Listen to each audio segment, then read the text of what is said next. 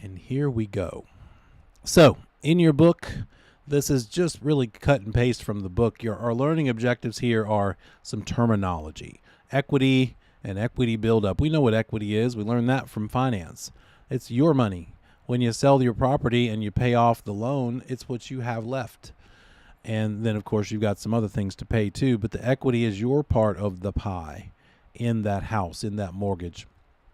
Leverage is using other people's money to benefit yourself. So we're going to think about the idea of, well, if grandma gave you $1 million, wouldn't that be nice? Would you buy $1 million property for cash and own it outright? Or would you buy $5 million properties with 20% down payments? That might be stretching it a little, but my point is, do we leverage with mortgages or do we pay in cash? And so leverage is a way to build wealth a lot faster. And then cash flow after debt service is that thing we've already seen when we looked at the given acronym. We get to NOI, and then we subtract out the debt service, the mortgage payment, and that leaves us with this concept of cash flow. It could also be known as before tax cash flow or cash throw off. And then also appreciation versus depreciation. The fact that your property is worth more later because it appreciates over time. So equity and equity buildup. Equity is just the value that the owner has in the property over and above what you owe. So the value of the property is $300,000. You owe $100,000. Your equity is then $200,000, the difference between your debt and the value of the property. And then equity buildup is the portion of the loan payment that's put toward principal instead of interest. Your gain plus the gain in value because of appreciation. It's paying down the loan plus the appreciation. Those two things combined are building up your equity. Another thing can add to your equity is capital improvement, right? Building, adding on things, putting a master on the main level, or a pool or a fence, upgrading the kitchen, things like that. And then here's the leverage concept. $100,000 to invest. Would you buy a $100,000 property for cash, or and then cash flow $1,000 per month, or use $50,000 as a down payment on two different properties, financing the other half, 50% loan to value ratio, and then having two cash flows or three cash flows. So there's that idea of using other people's money. We've seen this formula several times at this point, and there it is again. Gross income minus the vacancy rate minus the operating costs, expenses, and not including debt service gives us net operating income. And then the net operating income minus the debt service gives us the cash flow.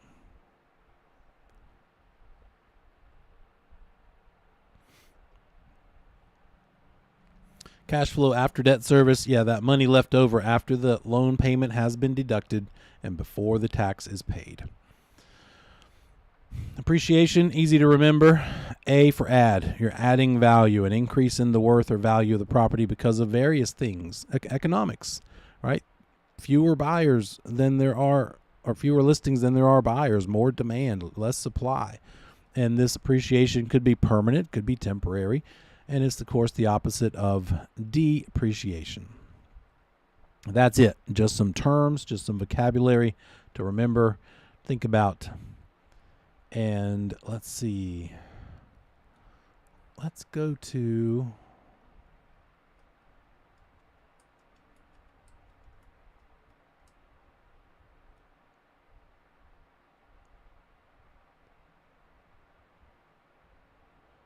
Okay, wow.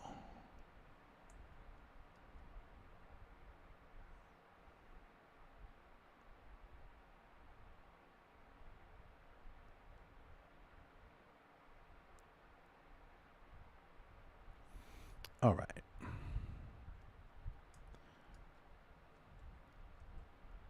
Let's go back to, I wanted to do this. Let's go through the comment section a little bit. Of course, your best friend, the syllabus right here. Then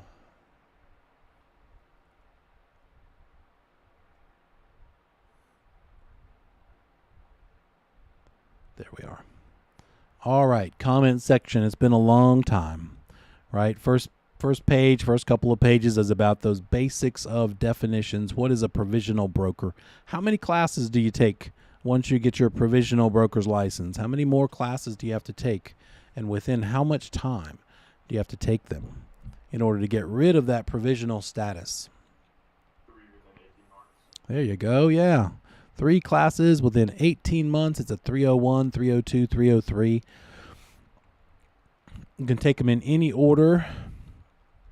What can you do as a provisional broker? What are you authorized to do?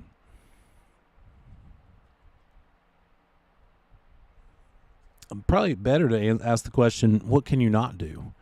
What are you limited from being able to do as a provisional broker? There are a couple things.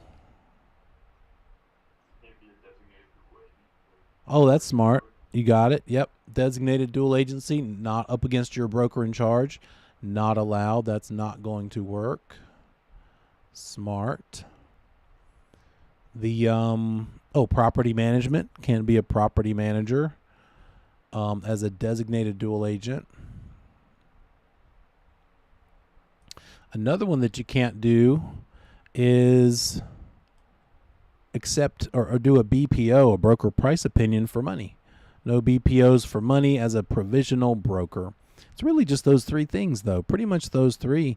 And then just sticking real close to your broker in charge. They need to be really familiar with your transactions. All right, good. That broker in charge is still responsible for everybody. Even once you get rid of your provisional status, they're still responsible for a couple of things with you. What are they in charge of for everybody? Not just provisionals, but all the brokers in the office. That BIC needs to make sure what's happening. What's in line? What are they double checking about? There it is. That's a big one. Advertising. Yeah. They need to double check that all the ads are run properly. What sort of things can go wrong with advertising? What are some no-nos, bad things to do? Can't do it with advertising. Violations that'll get you in trouble. Yeah, big one. Fair housing violations. Make sure we don't make it sound like only someone not in a protected class or who is in a protected class can buy or can rent that property. What's another thing we need to do when we run an ad on our Facebook page maybe? We post a listing on our Facebook page. Can we say call Robin at this phone number and that's it? Or is there another piece of information we need to include?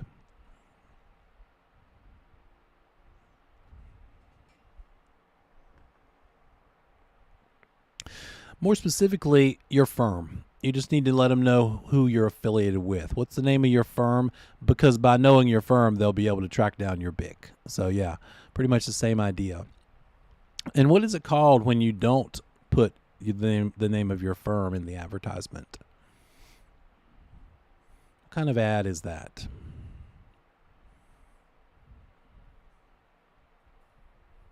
You can't see the firm name. Can't see it. What do we call it when you can't see something?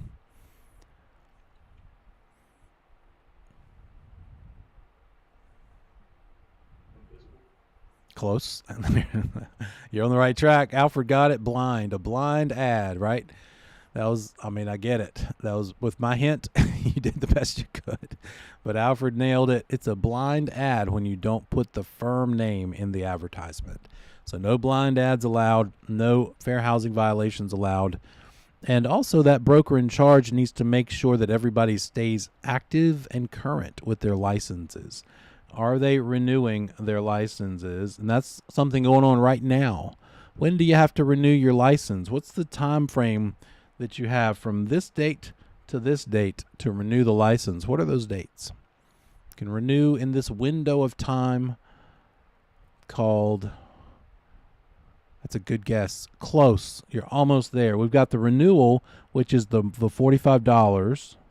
And then we've got the CE, which is the education. 2 different issues here. The $45 renewal does go to June 30th. You're right on that one. But you can start paying that as of May 15th. May 15th to June 30th, 45-day window. The June 10th that you put in there is is relevant because June. Did you say? I mean June 11th. The June 11th you put in there is relevant because June 10th is the CE deadline.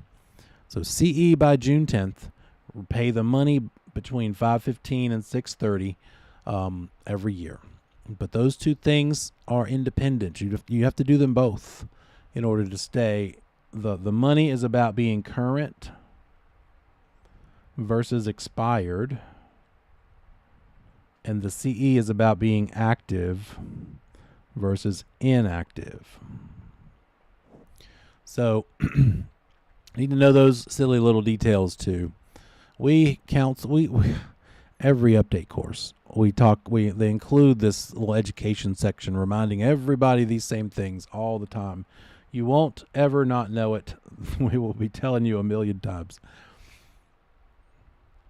The broker in charge, is that something you have to take another big class for, like another 45-hour kind of a class or 75-hour class?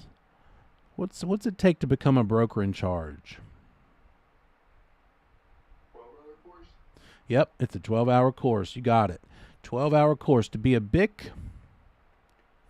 It's a 12-hour course. It is self-directed, meaning no instructor needed. Who gives the broker in charge course? Where do you get that? Where can you take it from? Any school or where?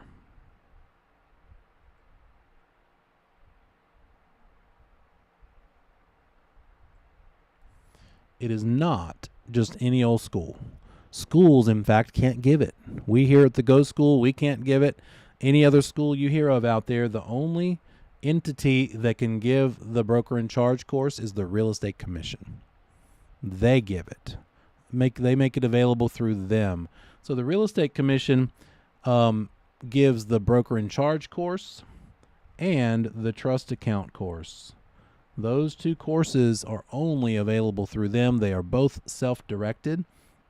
It's I think $110, by the way, to take this course, self-directed. And then the other part of the BIC course is when you have to take it compared to when you become broker in charge. So here it is. If you go ahead and declare yourself BIC, because maybe a firm hires you to be a broker in charge, then if you've declared yourself broker in charge, or if they've declared you the broker in charge, you only have 120 days to take the 12-hour course.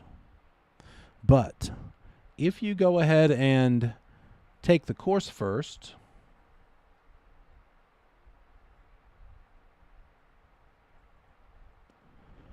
and you haven't declared yourself BIC yet, then you have an entire year. 1 year before you have to take the course, or sorry, to declare yourself. If you take the course first, you have a year to declare, to make yourself broker in charge. Why? How could this work? Well, maybe you're thinking about forming a firm in the future, and you think, well, let me just see what it's like to be a BIC. Let me go ahead and take that 12-hour course, get that over with, and then maybe in 3 months, maybe in 6 months, maybe in 9 or 10 or 11 or 12 months, or maybe around in there, then you form the firm, create the firm, make an entity like an LLC, and then apply for a firm license over that entity. Got to do that within the year, and you're declaring yourself the broker in charge of that entity. Or you could just join a firm that wants to hire you as a broker in charge. But all of that would have to be done within a year of taking the course.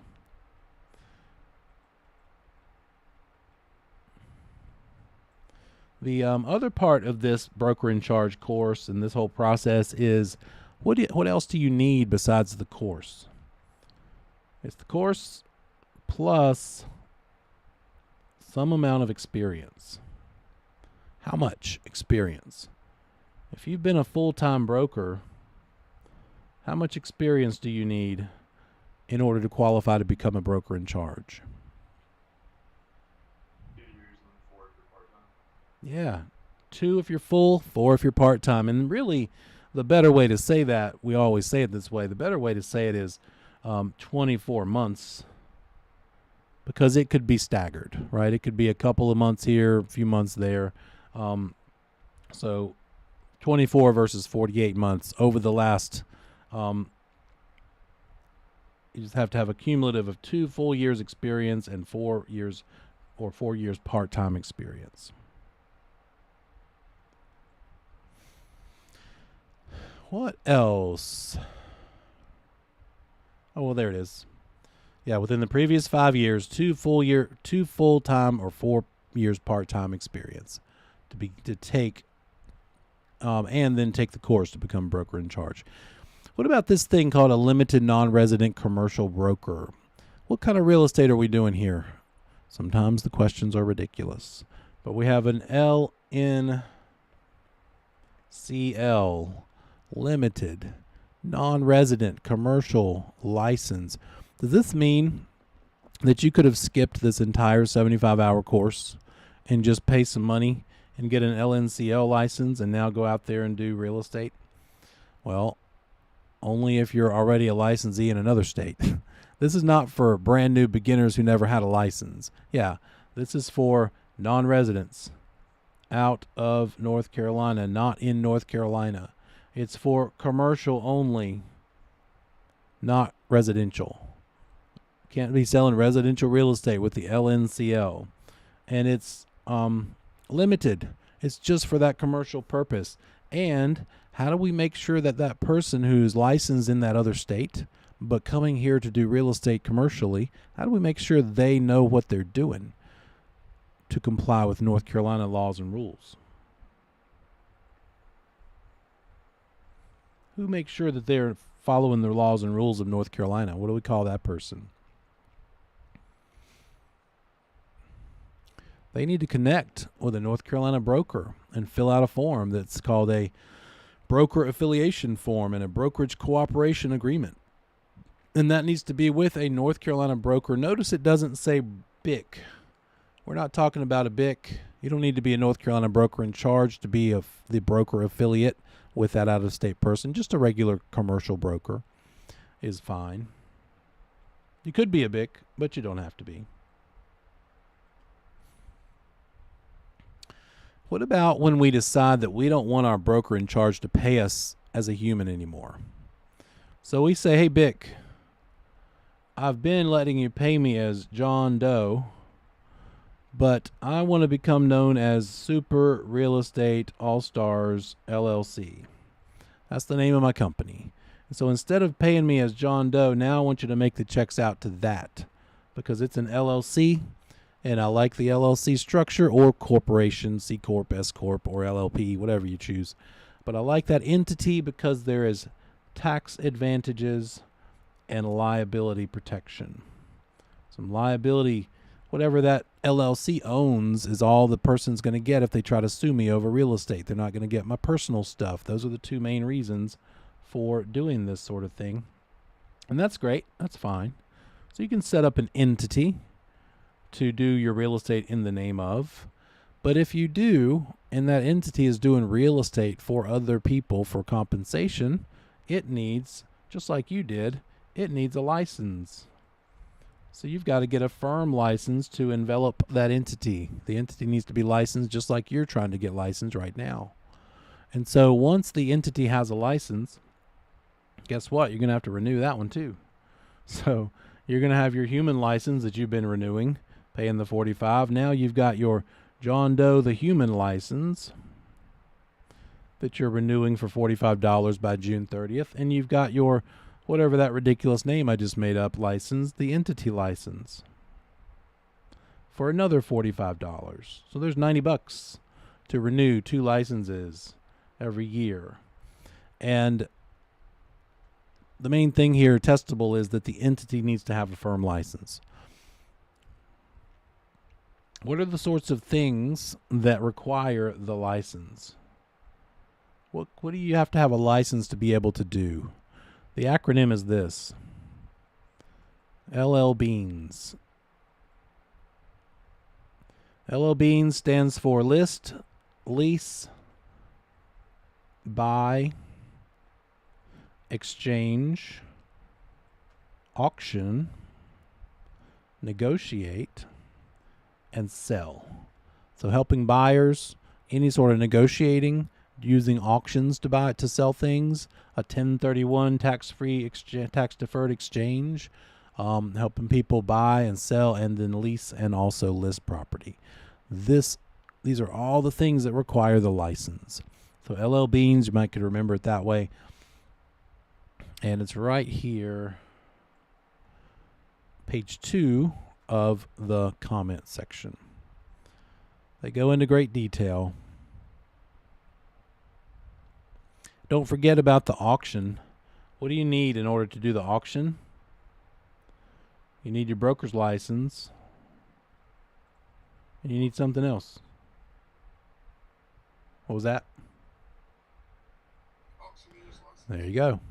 You need both.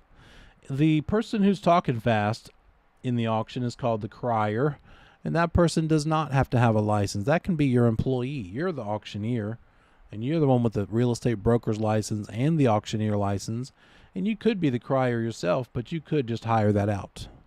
You could hire somebody else to do that.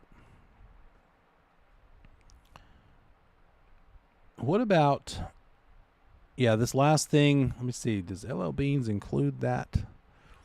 It doesn't really spell it out, but here's a big one that you need the license for, that it gets overlooked, even just getting referral fees. This is enough.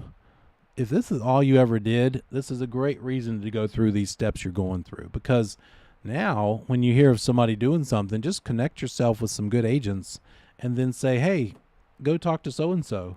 I've got this agent over here for this part of town, this one over here, and they'll pay me a referral fee for connecting you with them. And then that's a pretty good deal. You didn't have to do anything except make the connection. But referrals do require the license. Sometimes investors will have what they call bird dogs out there rustling the bushes, so to speak, trying to get interest and find people that might be interested in selling. But they don't have licenses a lot of times, and that's not okay. If they're getting paid a fee to pass on business to someone, that's a referral, and that requires a license. How could the commission come after somebody doing real estate without a license? Do we remember what that 2-word phrase is when the commission comes after them? They do have this authority, and that's a good thing, because we who do go through the trouble of getting the license, it's just not fair if other people are out there doing what we do but didn't have to go through what we did to get there. And it's called this, injunctive relief. They can sue someone for injunctive relief for practicing real estate without a license. That's how the commission protects us, protects the integrity of what we do and the requirement of the license from people just going out there and trying to do what we do without going through the license process. And there it is. There's that bird dog mentioned right there. No license fee may pay a finder's fee, referral fee, or bird dog fee to an unlicensed person, even if somebody's just trying to find you some deals. You can have unlicensed employees, but you got to make sure that they don't do the LL Bean stuff. Just got to make sure that they don't overstep their boundaries and they know what they're supposed to do. And the new rule came out this year that says who makes sure that these things are followed. That unlicensed person doesn't overstep those boundaries. 2 people, the broker in charge of the firm and the broker boss, the one who hires that unlicensed person. Both of them have responsibility to make sure the unlicensed person doesn't overstep and do things they should not do. What can they do? Unlicensed people are allowed to do some things, quite a few things. They can handle the phone. They can put listings in the MLS, which is a great use of their time because it takes at least an hour and maybe more. But if I had them do this and they're unlicensed, guess what? Who is responsible for the MLS data? Putting a listing in the MLS, also measuring a house. Who's responsible for the measurement we come up with, the data that's put into the MLS? Who is it? That's on you. the licensee, the one with the license who hires the unlicensed person. You could hire an unlicensed person to put the listing in the MLS. You can also hire an unlicensed person to measure the house, but you better be confident that they know how to measure houses. Probably the best person to hire to measure a house is an appraiser. A lot of times it's an appraiser making side money, or a retired appraiser who has just done this forever. But not necessarily. I once paid somebody to measure the house through a big company, and they sent somebody out that had less experience than I did. He was brand new, licensed in the business, although he didn't have to be, and he just got trained by that company to measure houses. And if it weren't for the fact that it was just a little townhouse, not super complicated, and he did a fine job, didn't mind his job. But I'm not hiring that same guy for a multi-million-dollar listing with a bunch of crazy shapes, 2-story foyers and living rooms and things like that. I want somebody way better at it than me. If I'm still responsible for it, I want to hire somebody who's an expert at it. Unlicensed people can get documentation. They can place rent signs. They can or sale signs as well. Put lock boxes on. Be a courier. They can order and supervise minor repairs, routine and minor repairs. They can't order and supervise major repairs. Be careful about that. They make a distinction. Not big repairs, but just the little ones at the direction of a licensee. So nothing like building an entire room or some huge, enormous, expensive repair issue. They can give basic information to a listed property, things that you might read out of an ad. So they can basically read the ad to someone. So if somebody calls in and says, hey, what's the price on your new listing? They could say, oh, $319. Oh, how many bedrooms? 5 bedrooms. Would they take $300? Please hold. Let you speak to my broker or boss, right? They can't answer that question. It's a negotiating question. They'd have to let them speak to you, their broker boss. And they can schedule appointments. They can communicate to confirm appointments. They can actually talk to licensees and owners and prospects and inspectors to set up the appointment. They just can't go on the appointment. They can also do a lot more things in the property management side of the business. They can show rental properties. Remember, they can't show sale properties, but yes to the rentals. As long as they're managed by their broker, boss, and they can also execute leases. This is not something they can do on the sales side. They cannot execute sales contracts, offers to purchase, but they can execute, meaning sign the lease on behalf of their broker boss. But what we're talking about is a employee, a W-2 salaried employee of a broker. And this unlicensed W-2 salaried employee can do things that usually require licenses. But since it's in the property management field, they're allowed to do it. They can type together, fill in the blanks, offers and contracts of pre-printed. They can fill in the blanks of those pre-printed forms at the direction of their broker boss licensee. And they can manage trust accounts. But the broker in charge is ultimately responsible for that trust account. The BIC has to oversee it, but they can have an unlicensed person do it day to day. And they can help their broker boss put things together, like packages, documents for closing, but again, at the direction of that broker. They can also be a bookkeeper. A lot of firms have bookkeepers, have office managers that handle the trust account and cut the checks. The BIC would need to sign the check going to that broker, but they could handle those commission checks. So we talked about sort of some exemptions. W-2 salaried employees can do real estate in the property management field without a license. Some things, like show the rentals. Here are some other situations where you can be exempt from getting a license. And one of them is this: if you set up an entity like an LLC, and that entity owns real estate, you own it in the name of an LLC, then the people who run the LLC don't have to have a license to do that real estate, to sell that property, to list it. Just like you're a for sale by owner of your own personal property.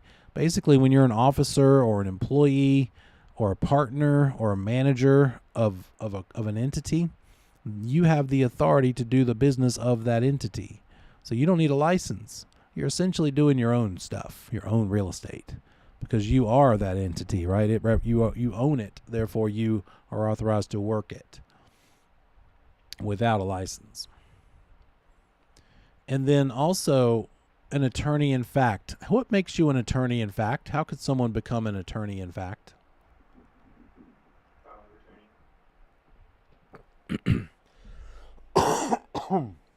Exactly. At the whim of anybody in the world. If they just trust you enough to make you give you the power of attorney over their business, congratulations. You are now an attorney in fact, and you get to sign a much bigger signature for all of these things you have authority to sign on their behalf. Because now it's going to have to be this: Neil Pender as attorney in fact, and this is not the abbreviations. You got to write all this out. For John Doe and Jane Doe. And you got to do that on every single page of every single thing that you're signing for them. Don't do it. It's not worth it. I did it once for a closing. It all went fine, but my hand hurt at the end.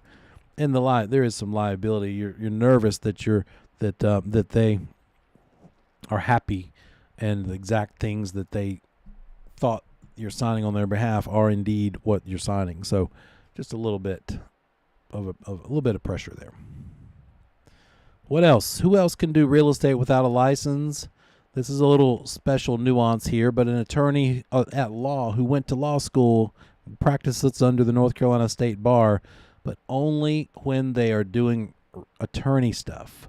Their attorney business sometimes crosses over into real estate. So they might need to do some real estate to help a law client. Maybe it's an estate. Help that estate that they work for sell a property. And so that attorney at law could list the property for them. But this does not mean attorneys can just rampantly go out there and do real estate unless it is tied to a law client. They can't say, well, I'm an attorney, I can just go out there and just go get listings. Well, only if that's a legal client of yours and they need you to help them because it's part of your law business. Receivers, trustees in bankruptcies, guardians, administrators, executors in estates. Anybody acting under a court order because the court gave you the authority to take care of someone else's business. Now you are authorized and you don't need the license to do that real estate. Trustee for a deed of trust or will or their salaried employees can all do real estate without licenses. And then there we go to certain salaried employees of broker property managers. Obviously, we see this all the time. For sale by owners. People selling their own property do not need a license. And then finally, housing authorities and their employees can do real estate without a license to handle those properties that they're in charge of. How many members are there of the Real Estate Commission? The Real Estate Commissioners, there are how many? I'll tell you that there are 60 employees, but the commissioners has 9. Exactly right. 9 of them. And the reason 7 might be a tempting answer is that 7 are appointed by the governor, 1 by the North Carolina House, and then 1 by the North Carolina Senate. So notice I said this word, appointed. They're not voted in, they're appointed. They don't get paid either. They're not paid. It's not a paid position. It's sort of more of a privilege, more of an honor to serve the industry kind of a thing. And then here's the other part. How many have to have licenses? How many of the 9 need to have a real estate license? At least 3 at any given time, Alfred says. Exactly right. And then how many must not be licensed?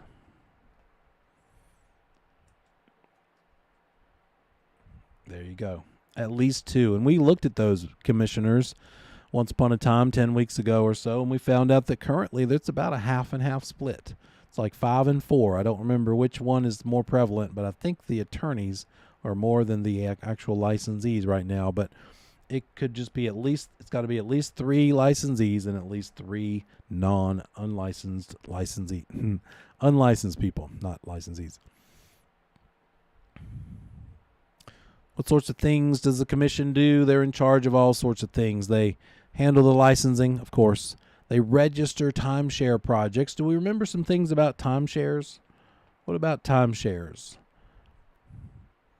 What are the five numbers that we remember with timeshares?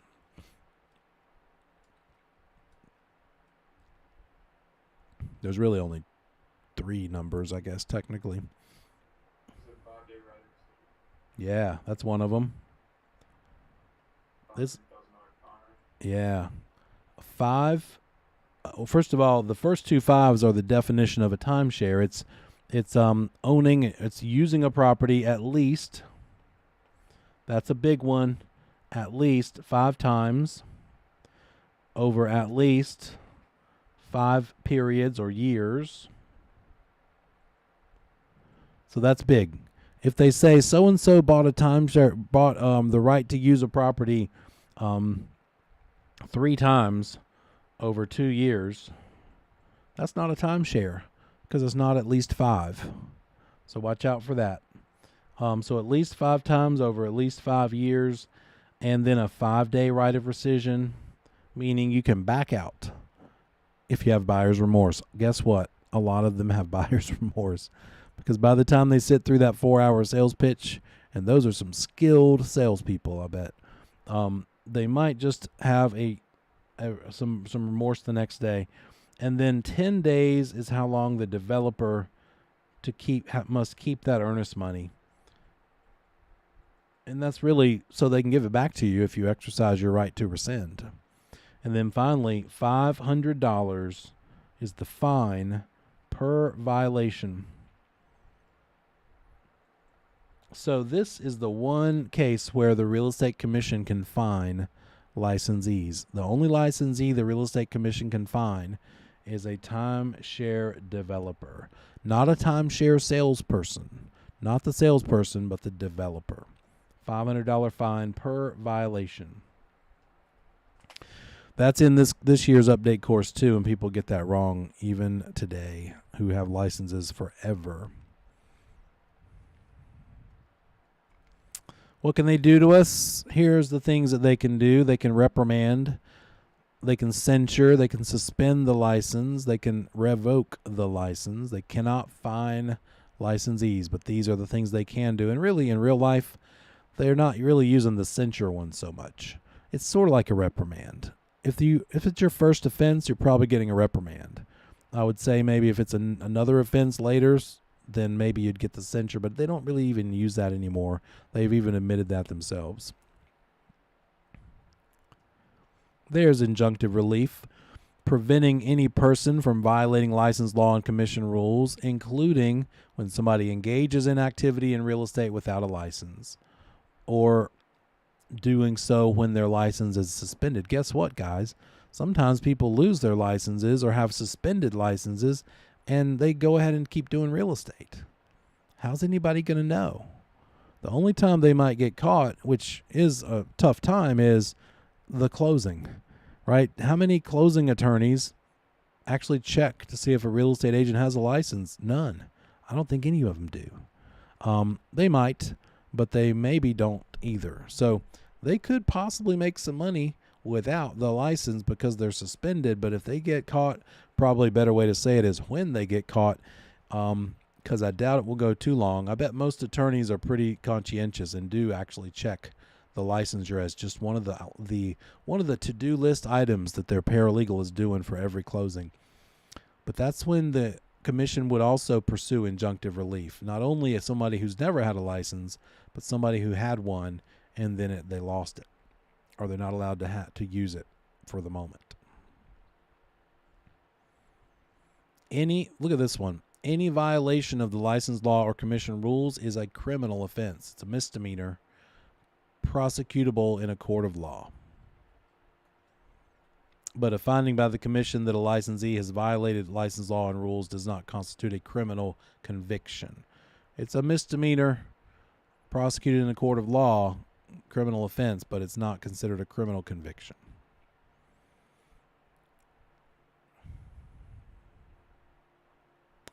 Then we talked about these 4 combinations of things: willful and negligent misrepresentation and omission. So, willful misrepresentation. What's a good word to call that? Let me do it this way. We've got willful, and we've got negligent, and we've got misrepresentation, and we've got omission, which I never remember how to spell, and I'm a pretty good speller. Okay, it's the opposite.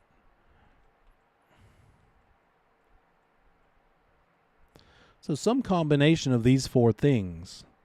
What if somebody's found guilty of willful misrepresentation? What's another word for this?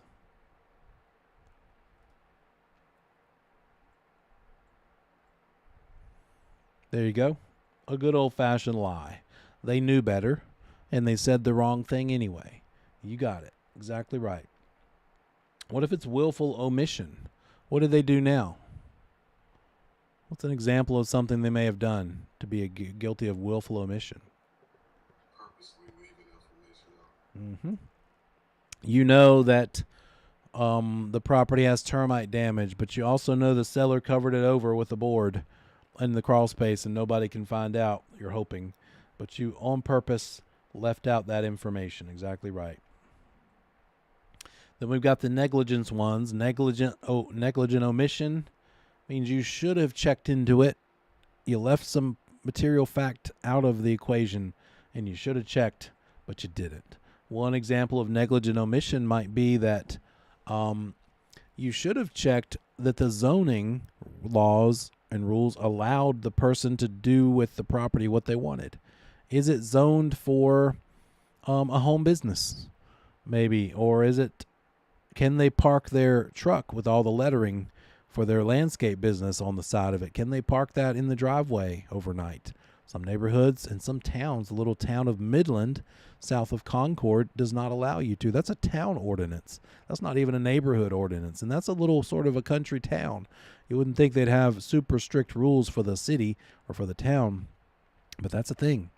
So if you just let your landscape client who has trucks and trailers with their face and their name all over them buy a property and try to park those pieces of equipment in the driveway, you'd be in trouble. You'd be guilty of not having checked out whether they could do that or not. You left it out. You didn't tell them because you didn't bother to find out. You didn't know. But you have a duty to what? In this business, you have a duty to discover and disclose. That's huge. We are spending an hour and a half in this year's update course about this. Because over the last 2 years, 3 years, material fact disclosure is the number one reason, like to the tune of 40% of the disciplinary actions against agents has been because of material facts. The other one is trust accounts, and that's just about as many. So between screwing up trust accounts and screwing up disclosure of material facts, that's what gets people in trouble the most. So willful omission is that you knew that there was a leak in the crawl space and you just didn't bother to mention it. Don't get tripped up with omission and misrepresentation. This means you actually said something incorrect. You said it for sure. This means you didn't say it. You kept quiet. But you did it either because you were slack and didn't bother to check, or you intentionally, maliciously left it out so they wouldn't know, right? So just be super careful with these. The best advice I can give you about these types of questions is figure out the second word first. Is it misrepresentation or omission? Did they leave something out, or did they say the wrong thing? And then figure out, did they do it on purpose or because they were slack or lazy? So that probably will help you a great deal in getting through this sort of a question. Let's look at a couple before the break.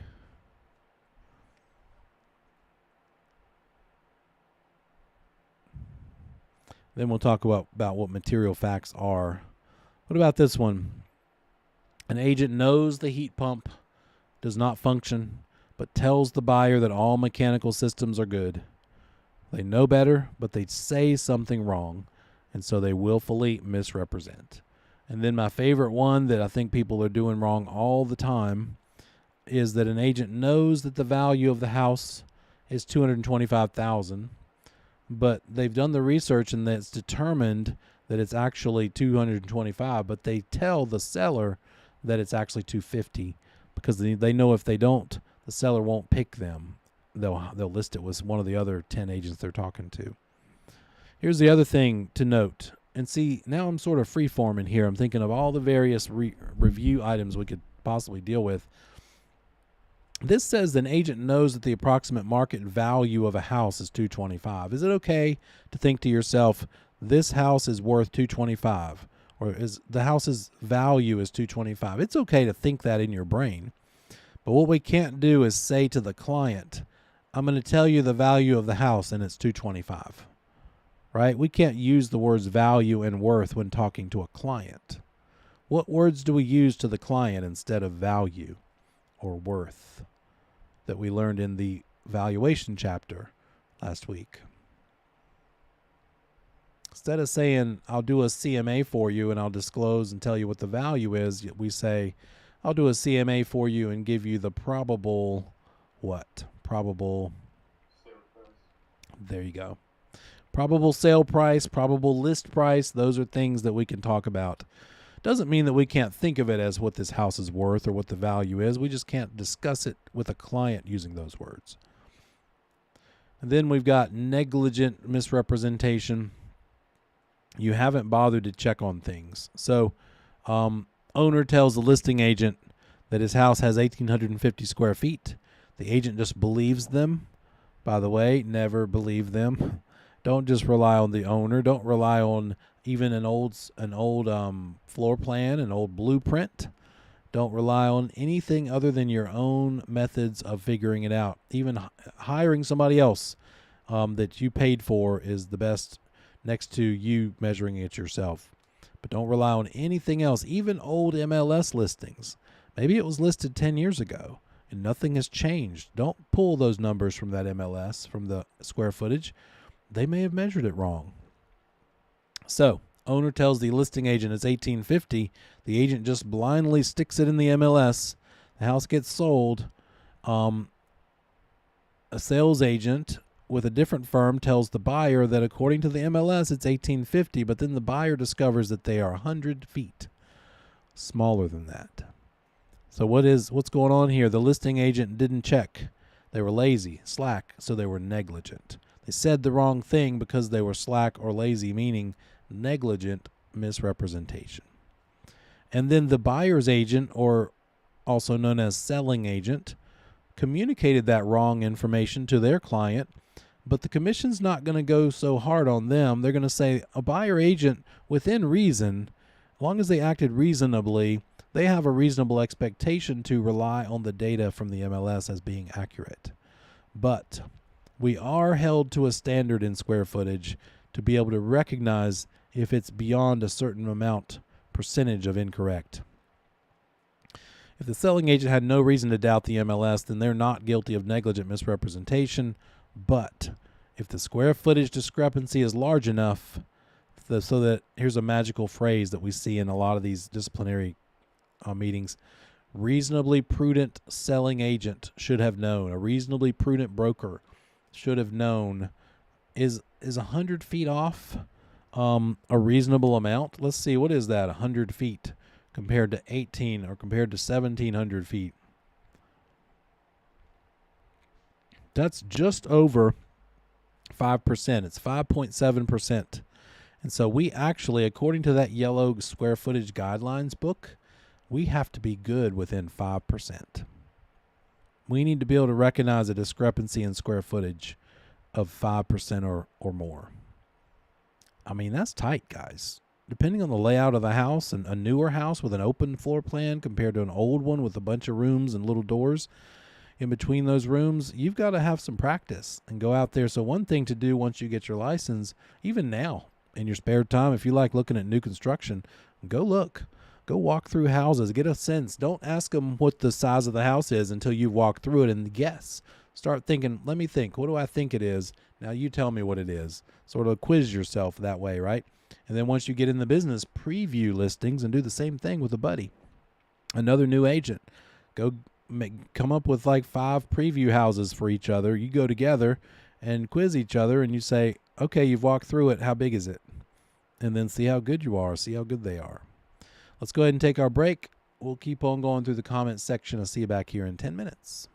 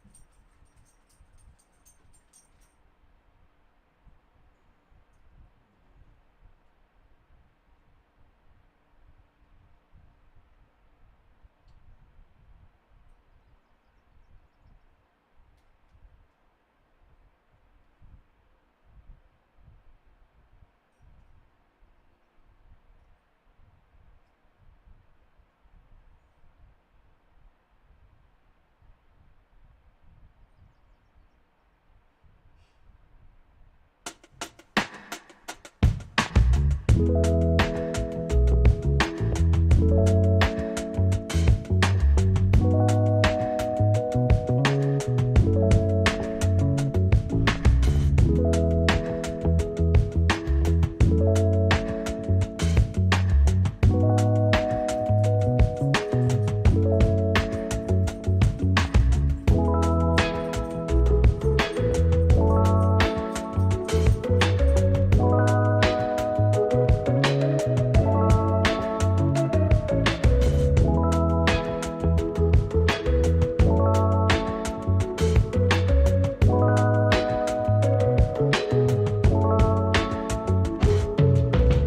right, let's come on back together.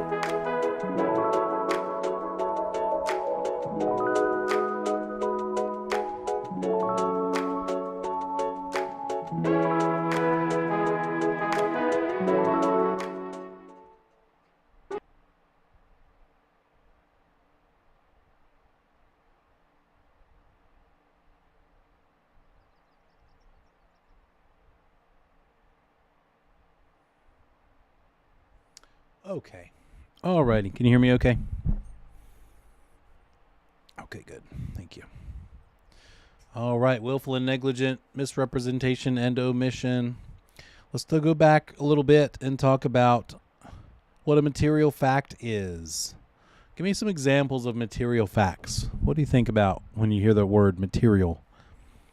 Material fact. Leaky roof. I love it. That's the one I always think of. There you go. Leaky roof, roofie leak. What else? Foundation cracks. Okay. Perfect. You are sounding just like CE class right now because those are all valid and very popular issues that we deal with. It's more, though, than just the property stuff. It's certainly that. But also, go for it.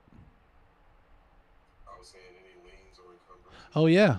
Yeah, there you go. That's the financial ability of the parties to perform. So that's important. The agent's principal's ability to complete the transaction. Liens, foreclosure, bankruptcy.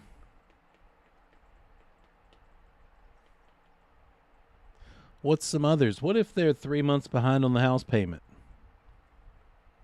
Is that a material fact? Not until they go into foreclosure. You got it. Perfect. Exactly right. So not so worried about that because it can be caught up. But once the foreclosure letter comes, we've got a date. We've got a court date. We've got a time constraint now. Certainly the bankruptcy.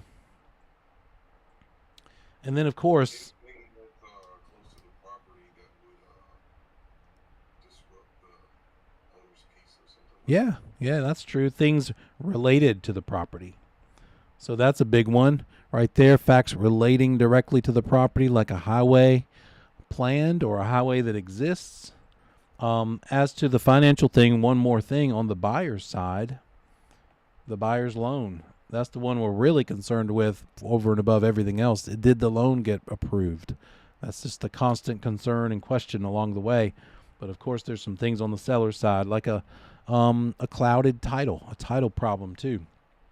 But then things directly related to the property. Here in Concord, where I sit every day, giving these classes, and at the end of the road, I can look about 2 miles away and I can see the Charlotte Motor Speedway. And I can see a business right behind it that it owns called the landfill, the dump. And there are houses near that landfill. And they're anywhere from 3 to 900,000. And so if I'm selling one of those houses, and I need to make sure they know about all this, how it might get very noisy a few times throughout the year, and how there might be a smell every so often. It's not all the time, but it could happen. It does happen. So it's related to the property. It's zoning changes, proposed zoning changes as well. And then this one that's kind of a surprise to some. Material facts also include, there we go, things that parties care about, facts that are of special importance to someone. So this means that it could be a material fact, things that aren't material facts. So when could a thing that's not a material fact actually become a material fact? When it's something that the party to the transaction cares about. What are things that we can think of that aren't normally material that become material if somebody cares about it?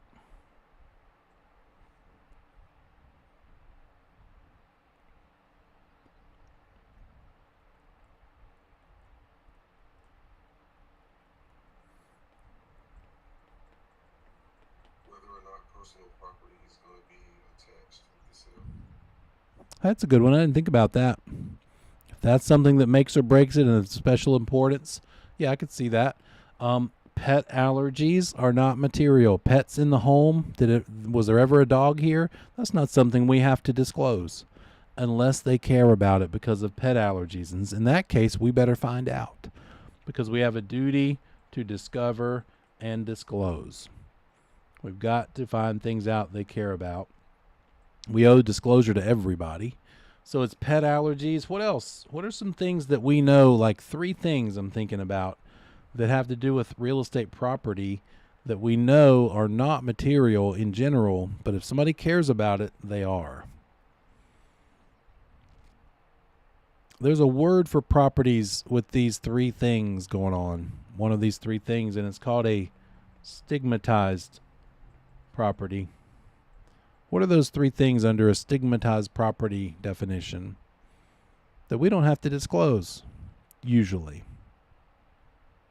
Whether or not someone passed away in the property, I believe AIDS is one. Well, it's related because if they died of AIDS or HIV, we cannot tell how they died because that's a disability that we're not allowed to disclose. That's a good point. Death in the property, haunted house, and sex offender nearby. Those are usually not material facts. But if the client says, I can't live in a house where somebody died, they might be worried because they think it's haunted.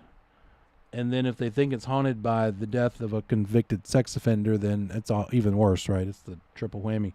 But any of these things they care about, then to them it's a material fact, and now we do have to disclose it. But normally we don't.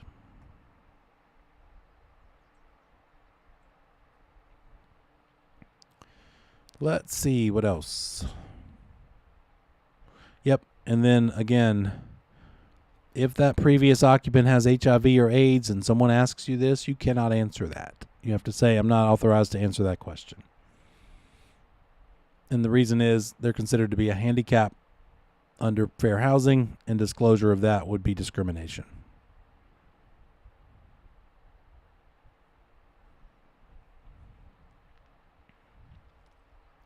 Some other things we could do wrong.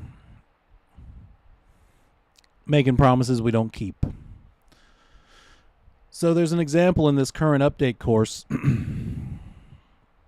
of an agent who, in order to hold the deal together and help their buyer feel peace of mind about going ahead and closing on the property, they go ahead and say to their buyer client, look, I'll give you $5,000 to go put toward replacing the heating and air system, since the heating and air system is out of date according to the home inspection. Well, the agent promises to do that. Is it okay? Is it allowable for us to give money to our client? Can we give money for repairs? Give them a washing machine? Can we give them a home warranty?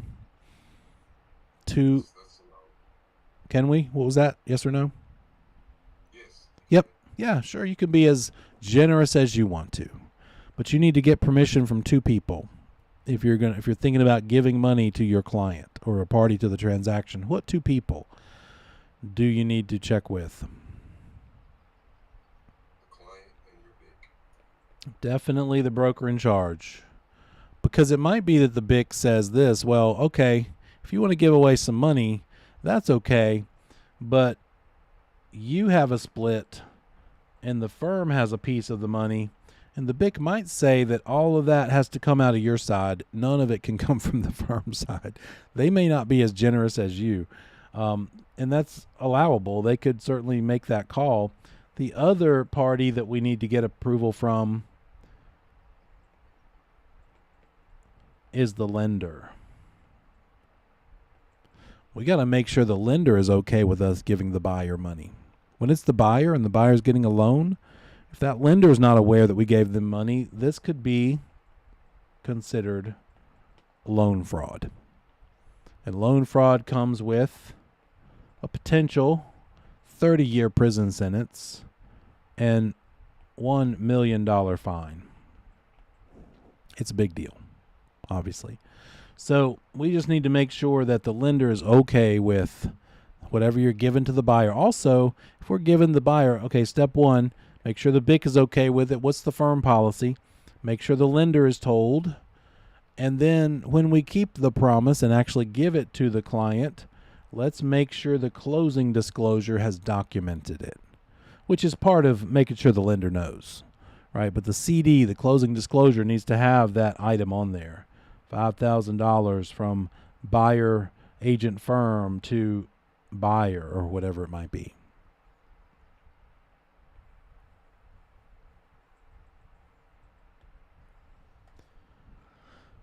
So false promises, don't make promises you don't keep. Keep the promises that you make. Conflict of interest items like undisclosed dual agency.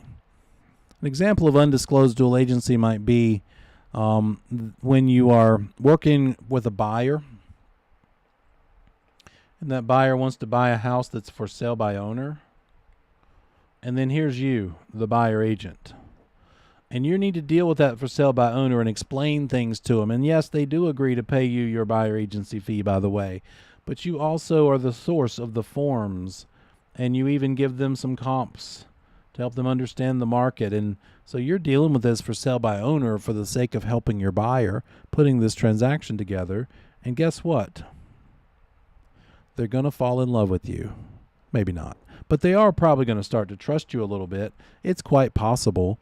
So we just have to do a great job of reminding them, look, as much as I've helped you, I am still working for the buyer. I am not working for you, the for sale by owner seller. If we don't do this, we could be guilty of undisclosed dual agency because we're acting like we represent them both. We haven't corrected them from their misunderstanding that we're not. Undisclosed dual agency is always something we need to be careful of. This example, firm Y assists her sister in purchasing a house listed with firm X without telling firm X that she is related to the buyer. The agent is acting as a sub-agent of the seller in the transaction. Because of that, there's a conflict of interest. If the agent doesn't tell about her relationship to both parties, then she's violating license law and the law of agency. She's got allegiance to her sister because it's her sister, but she should act as a buyer agent from the outset. So we have to be careful of that. We also have to be careful of self-dealing. Anytime we are putting ourselves above the client, that's self-dealing. One example would be you go on a listing appointment and you decide, hey, I really like this property, but I'm going to keep my mouth shut and let this seller tell me all the things sellers tell agents when they're going to hire them. Let me find out. Okay, you want to ask $500, but you would really take $450. I'm not going to tell you that I want to buy it until I find out that dirty little secret. So now I know your negotiating position. That would be putting yourself ahead of your client, and that would be considered self-dealing.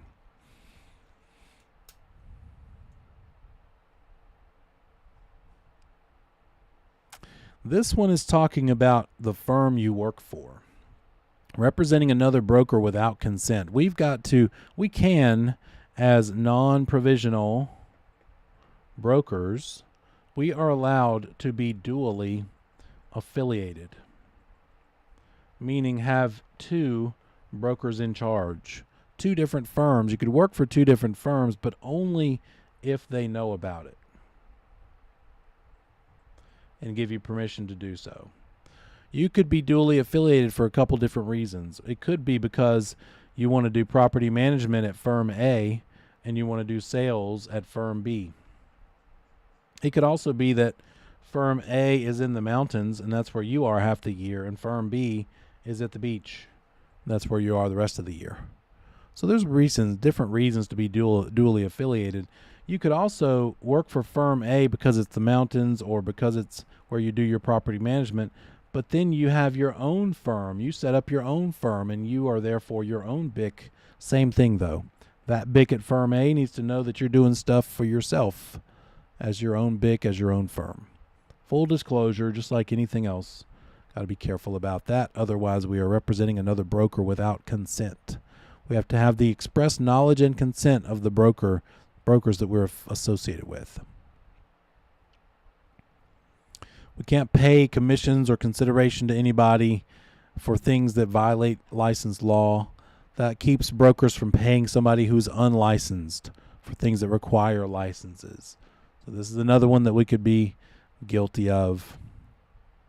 Paying a commission to unlicensed people for doing things that you require a license, or paying a bird dog or a finder's fee for somebody finding a transaction for you. So we can't compensate even a friend or a relative or a former client for referring. We can't pay referral fees to somebody who's not licensed. I've heard of agents who have maybe a mortgage partner or somebody else in the business, and that person just sends them so much business that the agent pays for that person to get a license so that they can pay that person a referral fee, because they want to honor them and respect them, and just they're so appreciative of all the business that's sent their way. I also have heard, I think I might have told you this, of a person who got his real estate license after his normal 30, 40-year career in some other business, and he was in one of my CE classes in the first couple of years. He had never shown any houses. He had never listed any houses. He just got the license and immediately ran a bunch of ads on TV and radio and generated a bunch of leads like Zillow does. Zillow generates leads and sells them back to agents for referral fees. Well, he did that too. He just got referral fees from everybody at his firm. He would just hand those leads off to people in his firm. He didn't want to work them. He just wanted to make the money in referral fees. The downside of that strategy is there's no loyalty. That those people he's referring don't know him, and so he's got to keep getting new leads every year. There's no buildup of client trust over time. He's just going to have to constantly be a machine generating leads that he's giving out to people. But hey, you know, it's a thing. He didn't have to show any houses. He didn't have to list anything. He didn't have to spend any money except getting the license and setting himself up and running the ads. And this is another one. Your broker in charge is who has to pay you. When you're provisional, even non-provisional, you can't be paid by anybody other than your own broker in charge. So the BIC pays the money to the PB and the non-PB. We'll call him a full broker. The money has to flow through your broker in charge.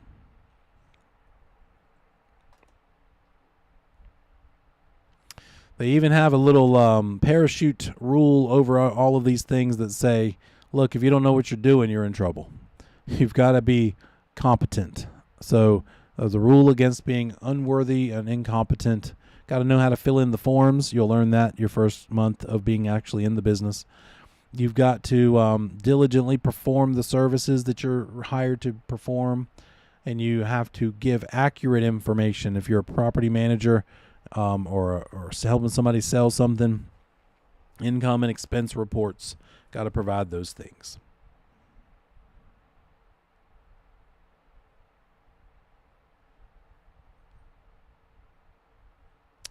And then we cannot do anything that it constitutes improper, fraudulent, or dishonest dealing. For instance, things like helping somebody commit loan fraud, perpetuating a fraud in connection with a mortgage application. I think I told you about that guy, Matt Cox, from the early 2000s. He just created fake identities, and he committed all kinds of fraud all over the place. You should probably listen to a little bit of his interview to get a feeling of what it was like then. But you'd have a bad attorney, and you'd have a bad real estate agent, and you'd have a bad lender, and a bad appraiser. And the appraiser would do their role, which means they would jack up the value and say it's worth this when it really isn't. The lender would be keeping the secret. The lender's not the one loaning the money. The lender would be the loan officer. And because they are all colluding together to defraud the investor, the one whose money it is that's being used for the mortgage. So all of these people working together to get that investor to give more of the money than it's worth, and then they split the money. So the attorney knows it, the real estate agent knows it. Sometimes not all of these are involved. It might just be a couple of them, and they're fooling the agent or fooling the attorney. But all of that is what we're talking about here. Broker lists the property for sale and agrees to put it in the MLS, advertise it, and use his best efforts in good faith, but they fail to put it in the MLS for more than 30 days. They're just being lazy and slack, right? So they failed to exercise reasonable skill, care, and diligence, because we're talking about old car, right? We owe them old car. And this disclosure and this are reasonable skill and care, including being honest and ethical, is the part about reasonable skill and care. We need to know what we're doing, what forms to use, and actually fulfill the promises that we are promising to do. Oh, wow. I've seen this. An agent is aware the owners of a house are gone for a whole week. So the agent gives a buyer the keys and says, go ahead and show it yourself. I'm busy. You just go in there. I know it's not occupied. No big deal. So the client goes in there without the agent. The agent has not exercised reasonable skill, care, and diligence. What if that client hurts something, damages something, steals something?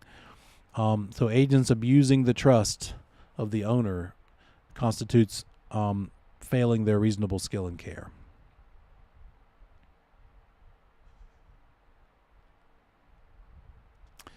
We've covered this quite a bit. We cannot practice law without a license. We cannot draft. Look out for that word.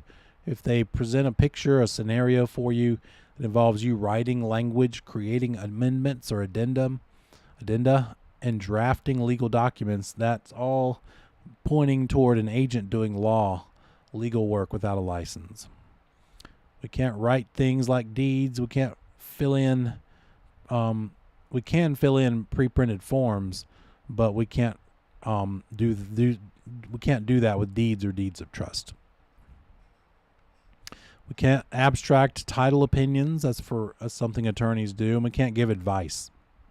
We got to be careful about this one, because we start to get to a point where we're just a full service, answer all the questions we possibly can. And once upon a time, I was scared to death of this phrase.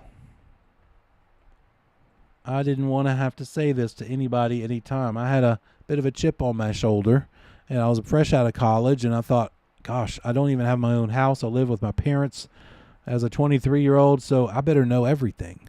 I didn't want to admit that I didn't know something. Now it's my favorite phrase. I say, I don't know. Great question. Let me see if I can find that out for you.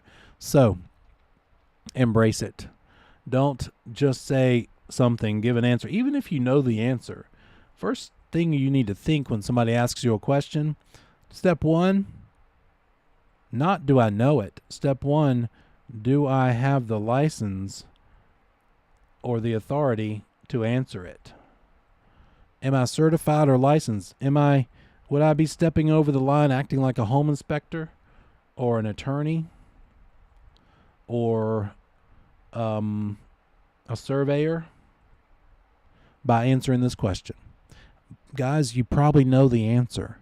At a certain point in this business, in your business, you're going to know most of the issues inspectors run across. You're going to know most of the real estate questions people have legally, and you're going to have seen a lot of surveys.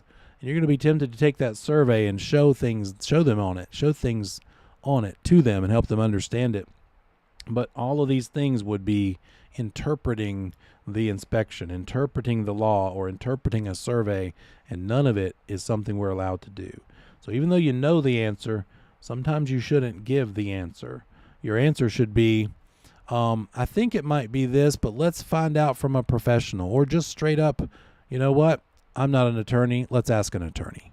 I think I might have given you the story one time where my seller wanted to breach. She wanted to walk away from the contract. If not really walk away, we had contracted at $220,000. She had agreed to sell the house for $220,000, but it took 6 months to get the tenant out of there. And by that time, this was a few years ago, and guess what? Appreciation was going through the roof. And she wasn't wrong when she said, I think my house is probably worth $260,000 now. And so I want to get rid of this contract and renegotiate with the buyer and rewrite it for $260,000. But we had a contract with that buyer. And if she had said, hey, buyer, I'm out. I'm not going to sell it to you for $220,000. You're going to have to come up to $260,000. If she had done that, that would have been seller breach. And so when she told me this on the phone, very angry, and I understand, I was just thankful that the tenant was finally gone, and I was relieved. I was thinking, oh, good, now we can close on this thing. I've been holding her hand for 6 months waiting for this thing to go through. We had a buyer waiting this whole time. And I had to explain, look, what you're talking about doing is considered breach. I can't give you advice on it, but here, let me give you an attorney to talk to so you can understand the consequences for a seller breaching a contract. Here they are. I'm not going to tell you what your specific situation is, but you could be sued for specific performance, and you could have to repay the damages. What are the damages that she might have had to repay to the buyer? Buyer could have sued her for specific performance, but also those damages could be in the form of what?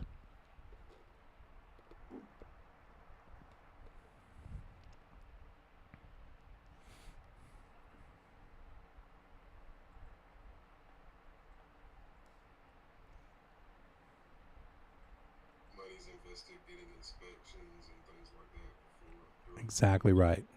Exactly right. The due diligence money, the earnest money, but also the inspections, the appraisal, the survey, anything they've spent in the good faith effort of trying to buy this house would be potentially returnable to that buyer in the form of damages. So I had to explain that to her and help her understand and let it say, look, I'm not giving you legal advice, but here are the typical consequences for seller breach.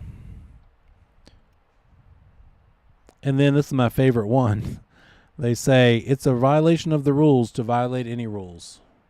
So sort of a catch-all provision. Disciplinary action if somebody violates a rule by the commission. Then they've got a little other category here. If you have gotten your license by false pretenses, maybe faked the fact that you took pre-licensing, faked or hid the fact that you had criminal convictions. By the way, how many days do you have to report a criminal conviction to the Real Estate Commission? How many days? 7. More. It's more than that. Good guess, but more. More than 30 also. Again? Not quite. It is, sorry. Oh my goodness. Wow.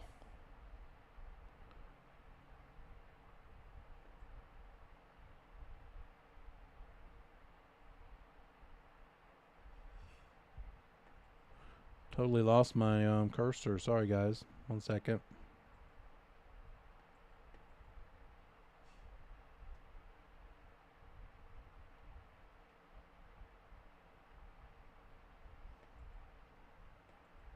That's weird.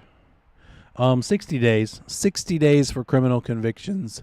Got to report to the commission within 60 days when you have a criminal conviction. You also have to report to the commission within a certain number of days when you change your name. Change your name or your address or your phone number or your email. How many days do you have to tell the commission that you've done those things?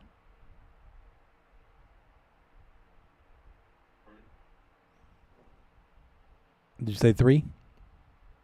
I said That's a good guess because there's a lot of 3 days in this business, in this industry. It's 10. 10 days for name change, firm change, a phone number, email, things like that. 60 days for a conviction.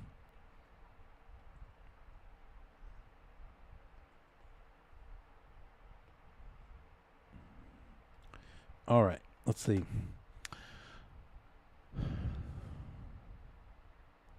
And then another one that's under this category of prohibited acts. If you're convicted or guilty or no contest to certain misdemeanors and felonies, things that show professional unfitness, moral turpitude, that could affect your performance. All those things are against the rules. And then if your unlicensed person does things that are a violation, you also get disciplined for that. So all the more reason to make sure they're doing the right stuff. If we're a licensed appraiser, inspector, mortgage broker, general contractor, anything else, and we've been disciplined for an offense under those things, fraud, theft, misrepresentation, breach, we're in trouble with the commission as well. And then we can be disciplined for violating any of the 15 provisions about buying, selling, or leasing our own property. What do we have to do when we sell our own property? How do we as a licensee having our own license behave when we're selling our own property? Gosh, finally. Okay. When we are a broker,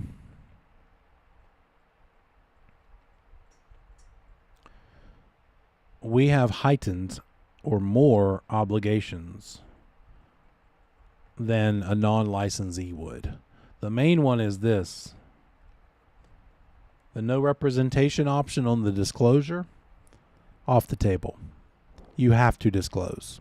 If you know the roof leaks, you can't check no representation. As a licensee selling your own property, you have to admit it.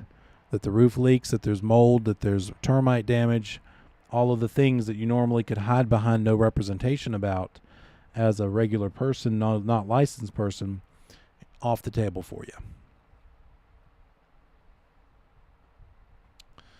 Okay, and then we're over here to agency agreements. And this kind of coincides with what we learned in chapters 7 and 8. Hopefully by now you've read this comment section at least 5 times. I would try to cram another one in, at least skimming it, at least going hitting the highlights, and I hope you printed it out and highlight, wrote notes, circled things. At least review that version of it in your studies between now and next week too. And notice there's all this stuff about agency and dual agency that's part of this, and it's all things we learned in chapters 7 and 8 about agency. First of all, a couple little highlights here.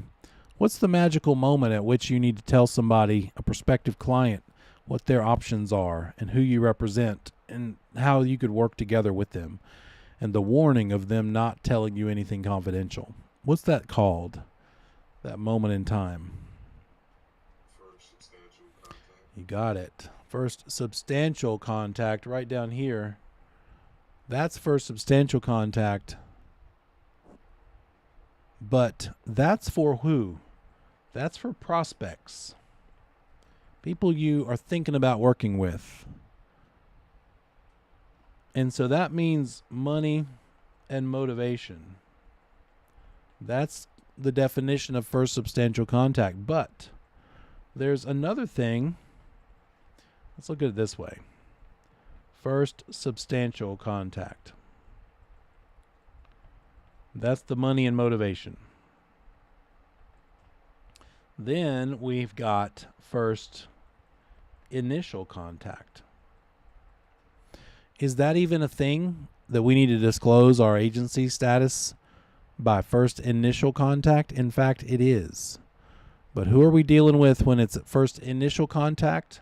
That's when we're dealing with a seller or their agent. When we're talking to a seller and we're representing the buyer, we need to say, hey, seller, I'm the buyer agent. In other words, don't tell me anything you don't want the seller to or the buyer to know. Right? We've got to keep those secrets. Got to encourage them, help them understand they need to keep their secrets because we owe all of that to our client, and our client is the opposite of them. So first initial contact is basically saying, yep, I'm working for the other party. You also have first initial contact required disclosure when you're talking to the seller's, not selling, but seller's agent. And basically it's like this. You're calling them after you show the property maybe, and you call that listing agent and you say, hey, I'm just curious, you got any offers yet? What's important to the seller? You're trying to fish around and get some ideas of what to write in the offer. what might be important to the seller could be a useful thing to know. And so, by the way, I'm the buyer agent of that showing that we just did today. Showed your listing this morning. I'm the buyer's agent. What can you tell me about the seller's motivation? What do they want to do? What do they want to accomplish? What will make them excited about our offer? And then you just sit back, and the hardest part about this, anything with a negotiation, is be quiet. Ask a question and don't keep filling the space. Sit there quietly, and they will have a hard time resisting the urge to fill the space. They'll just start talking, sometimes telling you things they really shouldn't, all of which you need to go report back to your client, which could help them. They might say, "Oh my gosh, so glad you called. God, we've had a couple of showings, but we just never had any offers, and my seller's getting really desperate, and I know we're asking $420, but if we could just get some offer, anything $400 or so, I think we'd get it worked." I've heard all of this stuff, guys. So one negotiating tactic is ask a question and be quiet, and they'll just keep on talking, in which case you report back. So first initial contact, when you're talking to who? The seller or the listing agent, seller's agent. You've got to tell them that you're the buyer agent. First substantial contact is the one we think of first. We're always thinking, oh, we got to tell that to a prospective client. And by the way, seller or buyer, telling that seller on the listing appointment, "Hey seller, I hope you hire me to list your house. By the way, before you do, if you're thinking about it, they might tell you, we're interviewing agents. We're talking to 3 agents. And you would do good, you would do well for yourself and for them to say, well, in that case, just fair warning, let you know, and I don't know if the other agents gave you this advice or not, but keep in mind you haven't hired me yet. I feel like we would work well together, but until you hire me, until we decide to work together, don't tell me any secrets. Don't tell me the bottom dollar that you would take for this house, for instance, because if you end up hiring one of the other 2, and I bring the buyer for your house because I'm kind of a big deal and I sell a lot of houses, you maybe don't say that. You might just think it. Then I'm going to know your bottom dollar, and I'm going to have to tell my buyer. So in other words, the subtext you're giving them to read between the lines is, just hire me because I'm probably going to sell it anyway. Right?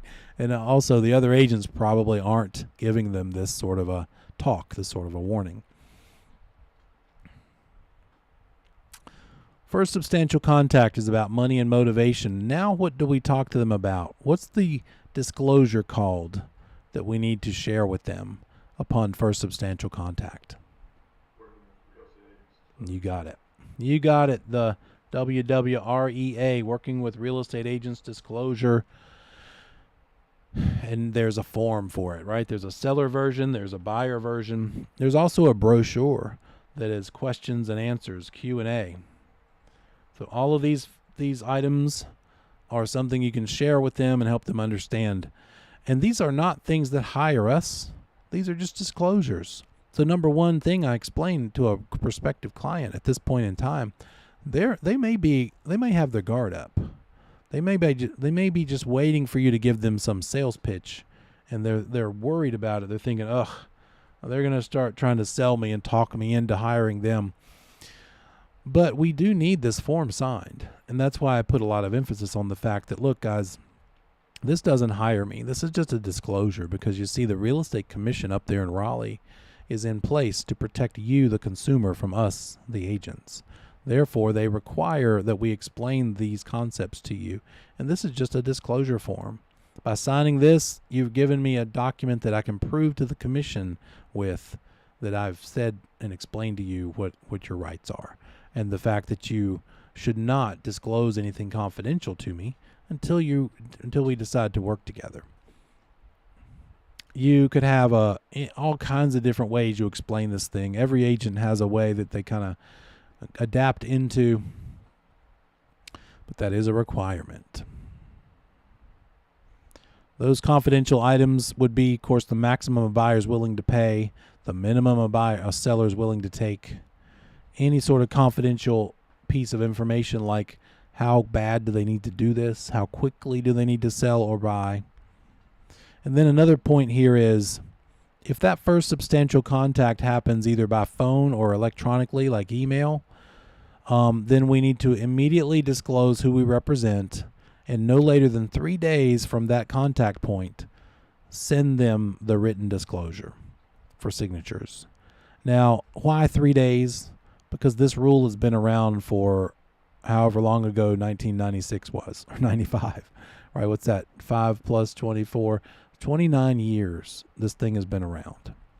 And so back in those days, we didn't quite email so quickly as we do now, as often as we do. So 3 days to allow for the mail, for snail mail, but it should be immediately. Best it's immediately, but not later than 3. So just send that form through DocuSign, .loop, zip forms, or email at least, and get the thing in writing to them, as well as having explained to them on the phone or by email. And redundancy is key. Do all of it. Explain it to them on the phone, follow up with the email, and then here's the other piece of this that they like to test you on. This is what we're doing, right? We've talked to them on the phone. We haven't met them face to face. So first step, immediately tell them who you represent. Immediately tell them not to tell you any secrets until you decide to work together. And immediately send them, right after the phone call, send them the paperwork, the disclosure form, and the brochure probably would be a good idea also. And then when you finally do meet them in person to go show them those houses or to go list the house, recap all of this conversation and explanation, and now make sure they understand everything again. So that redundancy is key when it's a first contact made by phone or email. The other thing is about dual agency. We went into a lot of detail about dual agency. And let's see, why is that? It's a little bit cut off. Dual agency, we need to get permission from them to do it. We've got to have 4 people's permission. Well, 3, including our own. Whose permission do we need to engage in dual agency?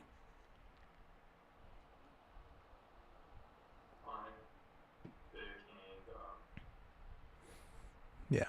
Your broker in charge / firm. Does your firm even allow dual agency? Maybe not.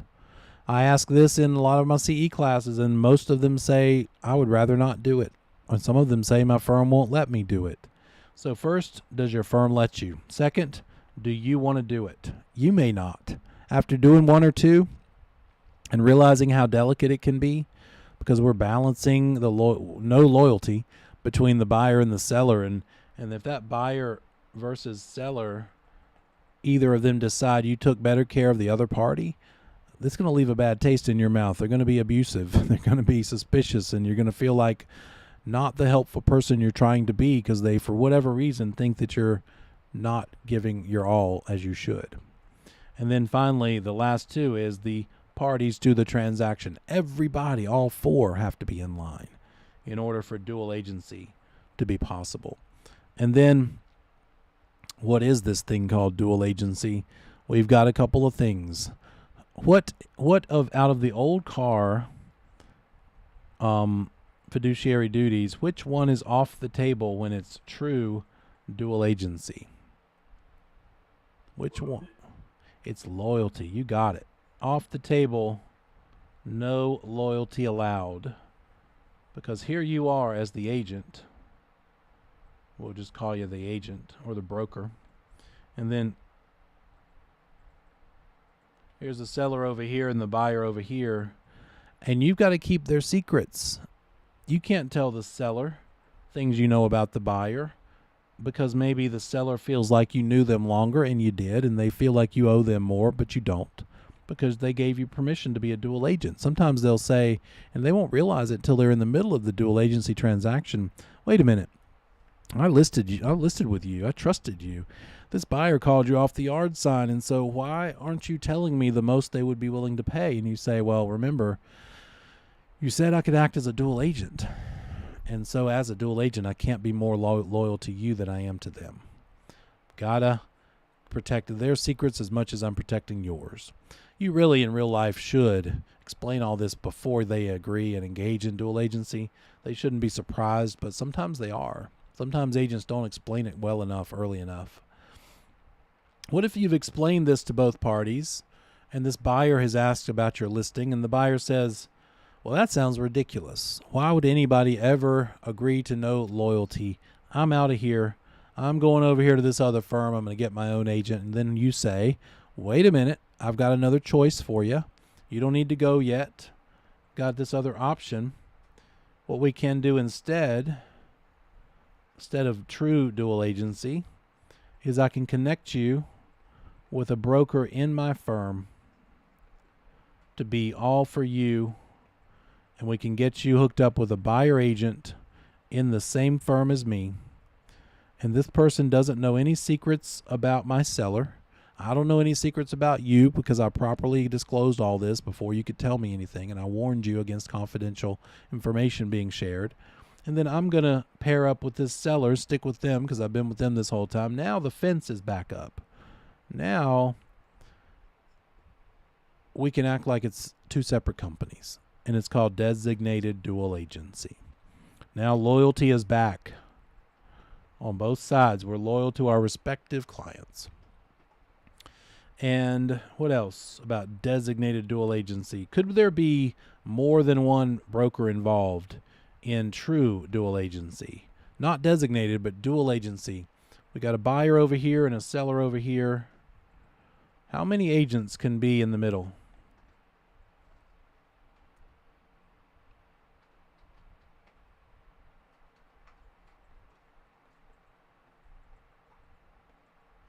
However many you want.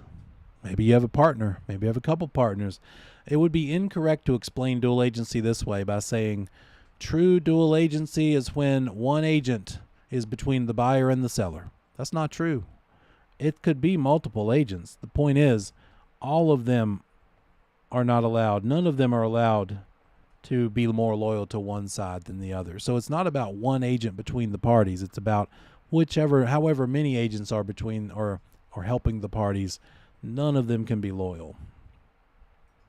And then when it's designated dual agency, how many agents can be working that one? In this case, again, same answer. It's going to be at least two. One for the buyer and one for the seller. But it could be more than that too, because maybe it could be a team. Maybe there's 3 agents over here helping the buyer and 4 agents over here helping the seller. So again, dual agency is, or designated dual is, at least 2 agents involved. One over here for the buyer, one over here for the seller. But they could have partners. There could be more than that. True dual agency, at least 1. Designated dual agency, at least 2. Now we're going to have at least 1 break. It's just going to be one. One break. I'll see you back here in 10.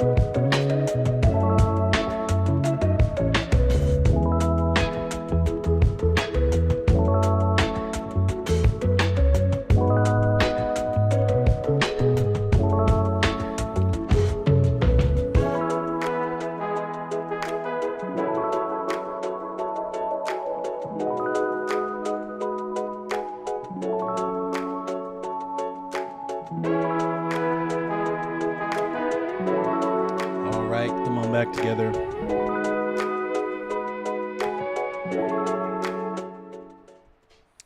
Here we go.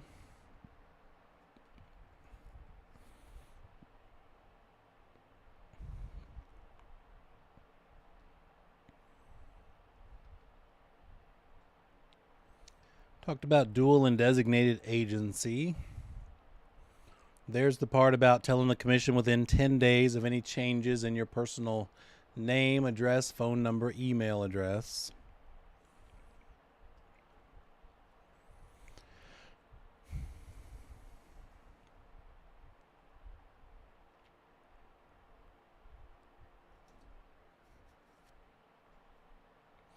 When it comes to advertising, in addition to not being allowed to run blind ads, right? We got to always have our firm name in the ad.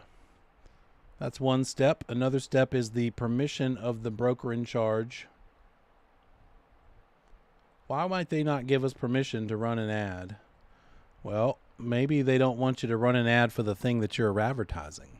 Maybe they don't want you to do property management and you're running an ad to help your friend find a tenant for their investment property. So BIC approval is needed. Seller approval is needed.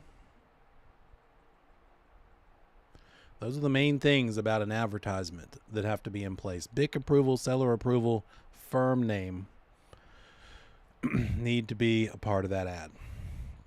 And by the way, that means that if somebody were to like your listing and maybe they see your Facebook post about this pretty house and it's some other agent at some other firm and they screenshot that listing and they put it on their own Facebook page, do they need permission to do that?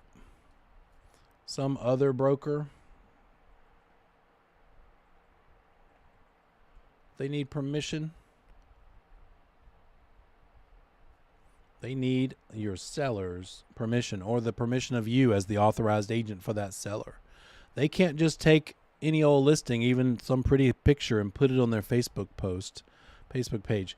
Could they share one that you showed on your Facebook? Yes, because that is attached to you. It shows that it came from your page. But they can't just cherry pick a random listing and put it on their social media without your seller's permission ultimately. Yours on their behalf, but your seller's permission. And this happens a lot. A lot of agents are violating this. They do it, and they don't have the seller's permission. They're not even at the same firm. It's a different agent, different firm.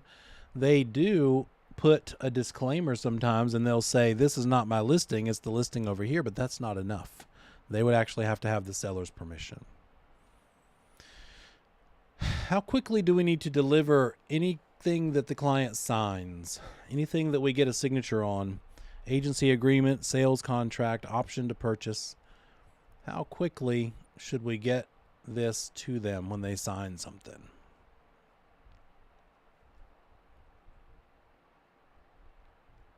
How fast? Immediately or maximum 3 days. There it is. We see this a lot. Immediately, but not later than 3 days. Got to get that thing to them. And there it is. This does not mean wait 3 days, right? It means right away. But if not right away, as soon as possible, and definitely not later than 3 days. Otherwise, you've violated the rules. That means present offers as soon as possible. Don't hold offers. Don't keep them and stockpile them and give a whole bunch of them at the same time. You need to give them as you get them. You should not. What else is this about presenting offers? What's the other thing about offer presentation that we have to think about? When it comes to offers, what order do we give the offers in? If offer 1, 2, 3, 4 comes along, do we have to give them in that order? Maybe we were in the movies with our family and we come out and in our email there's 4 offers together. Do we need to make sure that client knows that 1 and then 2 and then 3 and then 4? Or do we just send them all? We just send them all. We don't need to, and we shouldn't. We're not allowed to specify the order they arrived in. The commission says they shouldn't give any weight or preference based on when they arrive. If you come out of a meeting or an appointment and you've got a couple of offers that have arrived on a listing, just send them all. Send them all. Now, in real life, you're probably thinking what I am. Well, I would get the offer from one agent and I would forward that one and then the other and then the other. So they might accidentally see what order they came in because they're going to be time stamped. But the point here is that shouldn't be the process or the procedure. You don't have to pay attention to that. You could send the one that you notice came in last first. It doesn't matter. Just make sure they all get to the client with no particular preference for order. Just make sure you deliver all offers as soon as possible. How likely or how often do you get multiple offers at the same time? Every class in Update that I've been teaching these last 2 months, and I will have probably taught about 30 Update classes between April, May, and June, the first week of June. In fact, I got 4 more between now and Monday. I will have taught 8 Update courses between Monday this week and Monday next week because the deadline is June 10th. I ask this question every time, and I see multiple offers on the same listing show up in the chat as their answers, anywhere from 10 multiple offers to 20 to 37. I've seen 83. I've seen them answer that they got 98 multiple offers back in the day when it got really crazy. But even today, there are definitely still multiple offers in the 5, 10, 15 at a time range. So this is still happening. We're still in a very strong seller-leaning market, seller's market, and buyers are kind of getting used to the higher interest rate. They were a little sticker shocked there for a while when the rates went up. When they were 2, 3, 4, 5, they were just kind of going crazy. But then when they got up into the 6s and now in the 7s, they started slowing down. But now they're realizing, look, we can't just wait 3 months and it's going to be back down to 2. That's not coming back. So the buyers that can't handle it, can't afford the payment at 7.5, they're off the table. Or maybe they're shopping for smaller houses, lower payments. But there's still enough out there with few enough listings for the many buyers that there are for a lot of multiple offers to still be going on.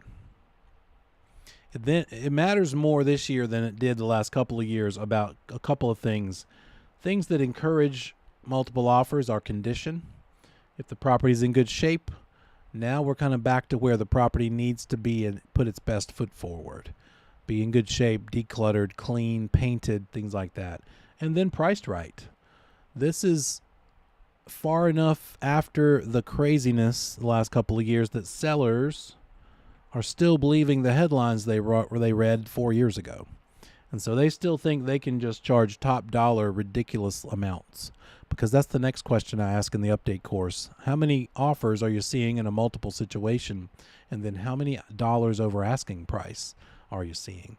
And I have seen just today in the chat, 200,000 over asking price, 600,000 over asking price. These might be $1 million properties, but still, even just on a normal $400,000 or $500,000 property, 6 figures over asking price is still happening.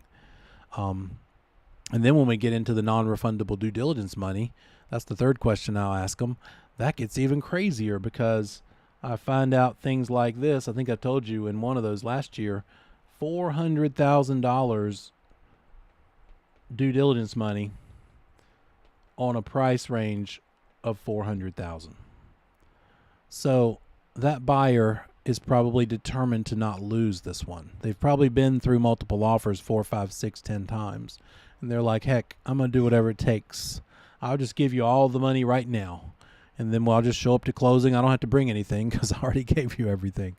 It's probably also a seller that kind of hopes that buyer walks over the repairs because that seller would love to get another chunk of due diligence money. So yeah, that's where we are. Maybe not quite to that level, but we're still a very lopsided market in favor of sellers.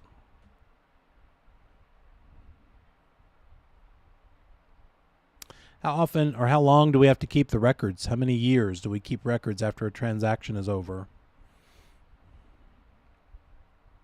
7. Good guess. Thankfully, not quite. There's a common number we run into a lot in this business. It's whether in days or in years, but there's that number again, 3 years that we have to keep records, 3 days or immediately that we have to present offers or to also provide anything they sign to them. So the number 3 is a recurring theme. 3 years we have to keep those records. 3 years from the successful or unsuccessful conclusion. Or if at the end of that transaction that was unhappy because the buyer and the seller were in a dispute over the earnest money, the seller wouldn't release it to the buyer even though the buyer backed out during the due diligence period and the contract says they should get it back. If the seller doesn't sign that release, the one holding the earnest money, the trust account person, they can't release it.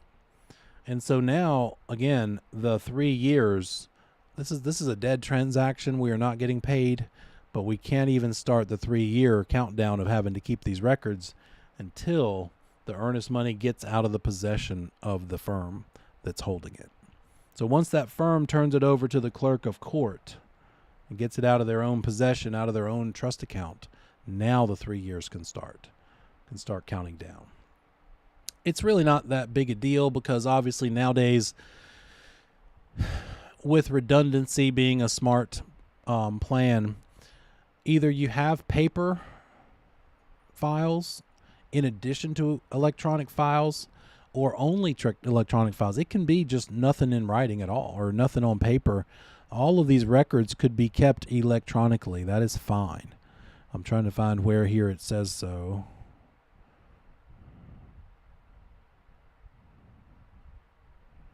I can't find it if it's there, but it is there. It is true. We could keep it in the cloud, some maybe like a Google Drive or a DocuSign.loop archive. We could also keep it printed out somewhere in a safe. We could keep it on a zip drive. Best practice, keep it in at least 2 places.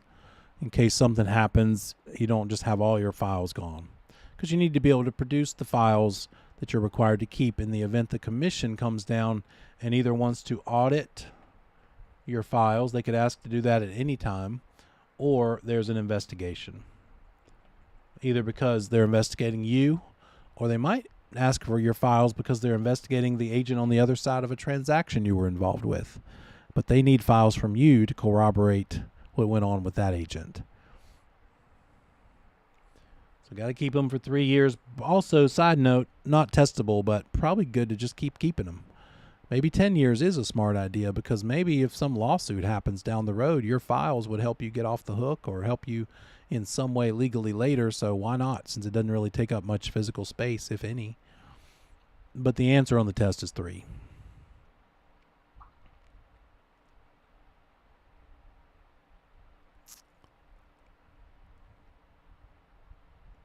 So we have to disclose where our money comes from.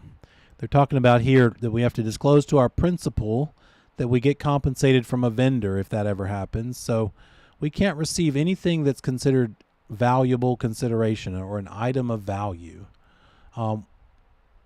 without getting written consent of our client, of our principal. The example they give is a broker manages some rental units for some owners and employs a cleaning service, and that cleaning service, the broker pays the cleaning service $50 per unit out of the rental proceeds that they get, and then they put it in the trust account. Ajax then refunds the broker $10 for each $50 it receives. They're basically giving them money for bodies or for business. But the property owners are not aware that the broker is getting this $10 payment from Ajax Cleaners in addition to the fee that they're paying them. And so in this case, they're making a secret profit, and that's not allowed. Your client has a right to know where you're making money. The only money they don't have a right to know about that you might remember has to do with your commission splits. Which piece of money that you're making, which little fact in that process of you making money is none of your client's business.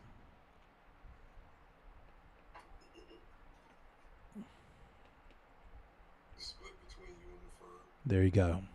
They have a right to know about bonuses, about money, about Panther tickets, about commissions, but the split between you and your firm, the fact that you get 60 and they get 40 or 50-50 or 90-10 or whatever it is none of the client's business. You're not obligated to answer that. Just the total that you're charging, you and your firm, that is something that they need to know. And how much you're proposing to pay to the other side for bringing a buyer, for instance, on a listing.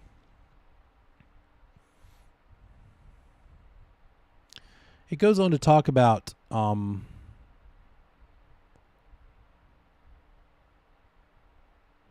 this concept of nominal compensation. Compensation is considered to be nominal or insignificant if, for instance, the commission has, so like a $25 bottle of wine, $50 gift certificate, it seems that somewhere around 50 or less is low enough so that it's considered nominal, and you don't have to have the consent of your client. So getting a little gift card for $25 or $50 from the cleaner company or from the inspector for sending them business is okay because it's considered nominal compensation.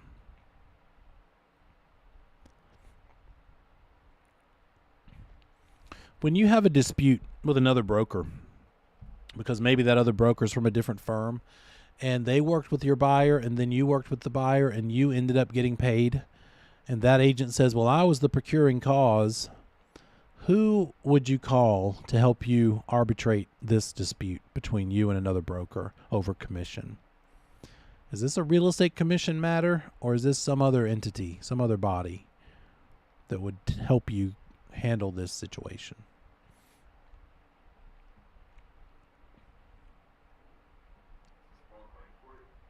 That's true. You could always go small claims court. The main point here is it's not the real estate commission. Real estate commission does not arbitrate commission disputes. They're there if a client has been harmed. Now they care about it. If it's a matter between brokers, they will not act as an arbitration board about commissions or any sort of pay. But yeah, you could sue somebody over it. You could also go to the realtor board, your local realtor association. They would step up, and if you and that other agent are both realtors, then yeah, they would help you with some sort of an arbitration or dispute over the money. You could also choose to do it in-house within your same firm. If the dispute is with another agent in your firm, you could say, rather than air our dirty laundry out there to the local board, let's just work it out between us within the firm.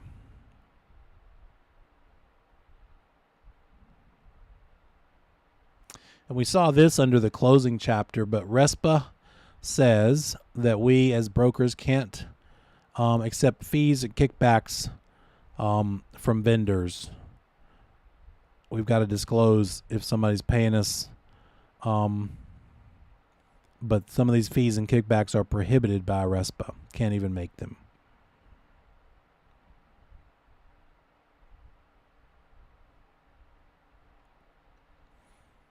Talked about the broker in charge. There is an exception to needing a broker in charge. You could be a sole proprietorship instead of an entity.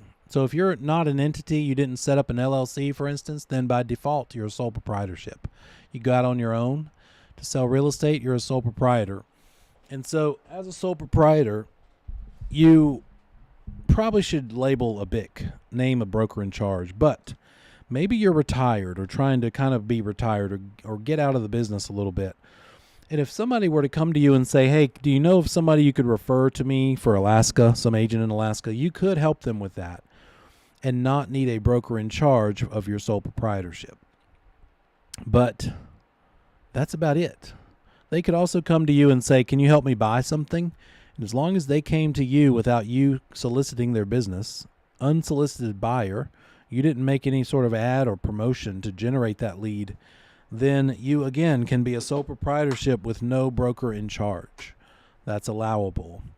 But besides that, you need a broker in charge when you're a sole proprietor if you're going to promote or advertise, if you're going to have a trust account, or if you're going to have affiliated brokers under you, along with you. You probably don't care about the trust account. You can get away with not having one. The commission doesn't require that you have one. The attorney can hold the money. You may not even want affiliated brokers because you don't want to deal with managing people.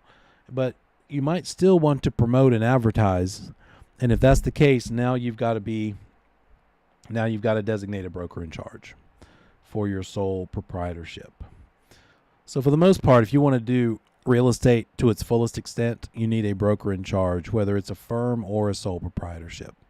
You could also set up a firm just to get paid in.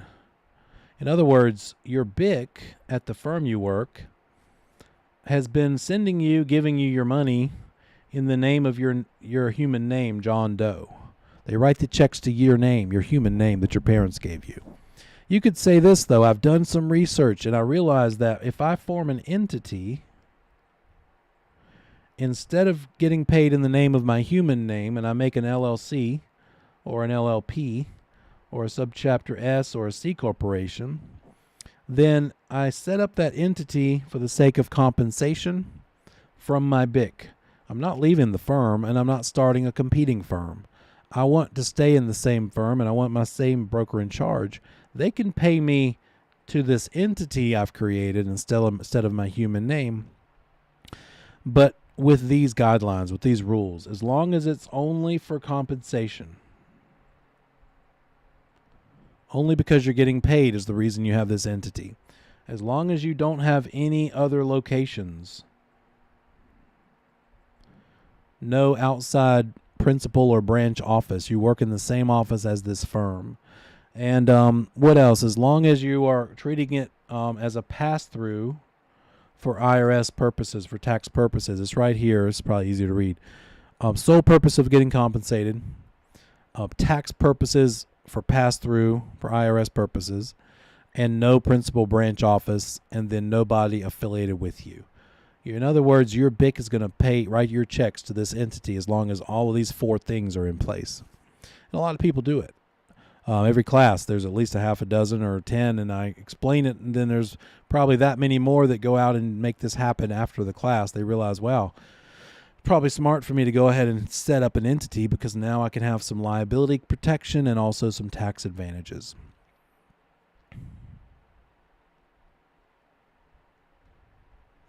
This is the thing I was telling you about, sole proprietorship just now, so we covered that already.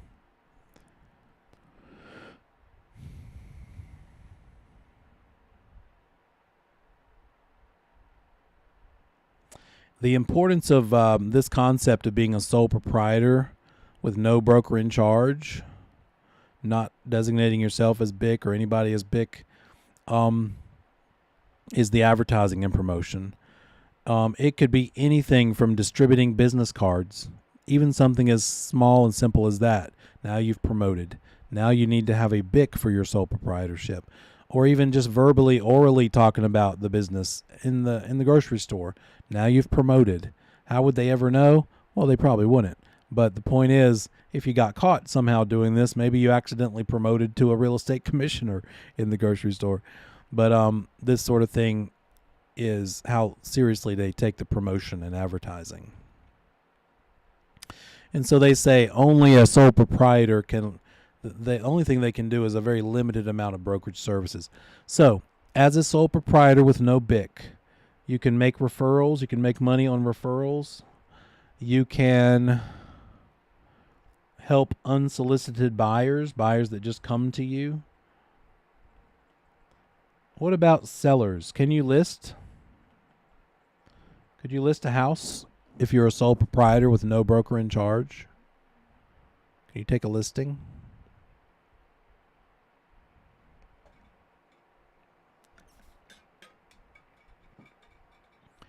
I'm going to say this. Well, as a sole proprietor with no BIC, you can't promote or advertise. So if you listed the property, you're going to be putting it in the MLS, and there's a promotion or an advertisement. So it's that simple. It's that little bit. So yeah, no seller business, only unsolicited buy. I appreciate you answering. I appreciate you participating and playing along. Unsolicited buyers and unsolicited referrals if you are a provisional broker with no broker in charge.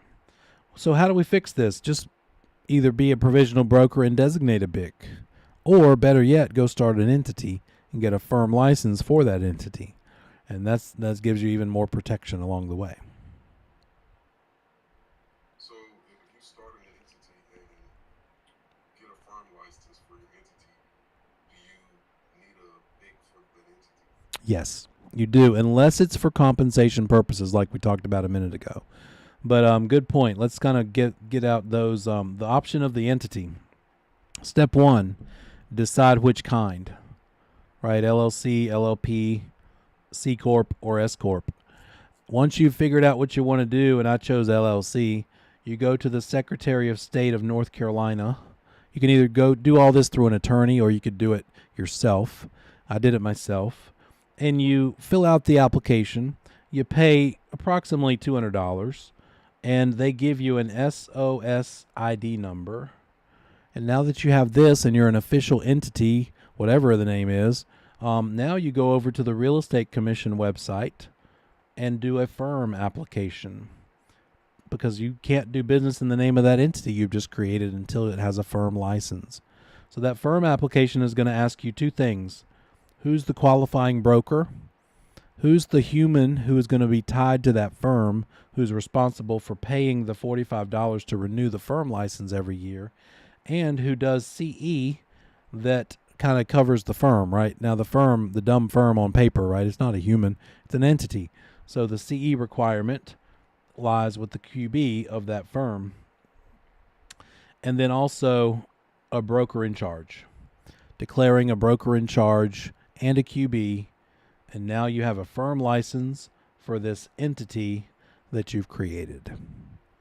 And what else? So again, if all of this was so that you could go out on your own, yes, you need the BIC. But if all of this was so that you could just get paid in compensation purposes only, I don't know where I put that, then you do not need a BIC, but you still do need a firm license for comp purposes only. Yes, and I am. Right, I did that in 2018 when I started my firm. Went to Secretary of State, figured out the name, filled out the forms, paid the money, got the Secretary of State ID number, got the firm license, and part of that application was who's going to be the QB, and I said I'll do it, and who's going to be the BIC, and I said I'll do that too. And so maybe someday if I add 5, 10, 20 agents, maybe I'll offload that job description and let somebody else be the BIC, because I don't maybe want to manage a bunch of other agents. I'll just do my own stuff, but still have my own firm. So it could be this little firm that I've called Impact Carolinas Realty, and there's my business, and then there's everybody else's, all these other agents over here. And so maybe this BIC is helping them, making sure they do things right, and I'm just like another agent within the firm. It's just that I happen to own the firm. Or I could choose to be the BIC over it if I wanted to herd a bunch of cats and go crazy with everybody doing things that might possibly get them in trouble. Then I'd be responsible for training them, right? Teaching them, training them.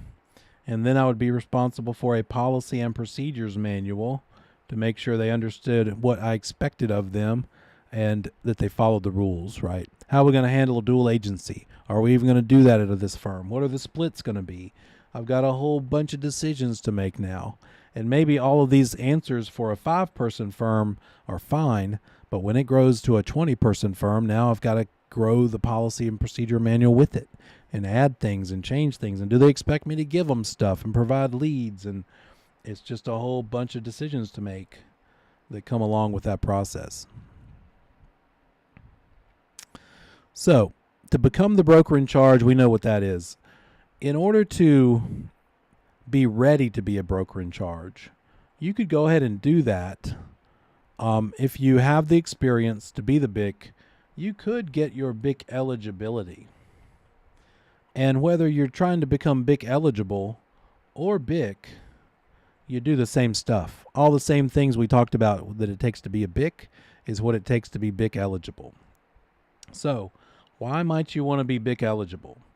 You work at a firm, and the broker in charge of that firm has a bad day and totally forgets to take the elective by June 10th that they were scheduled to take.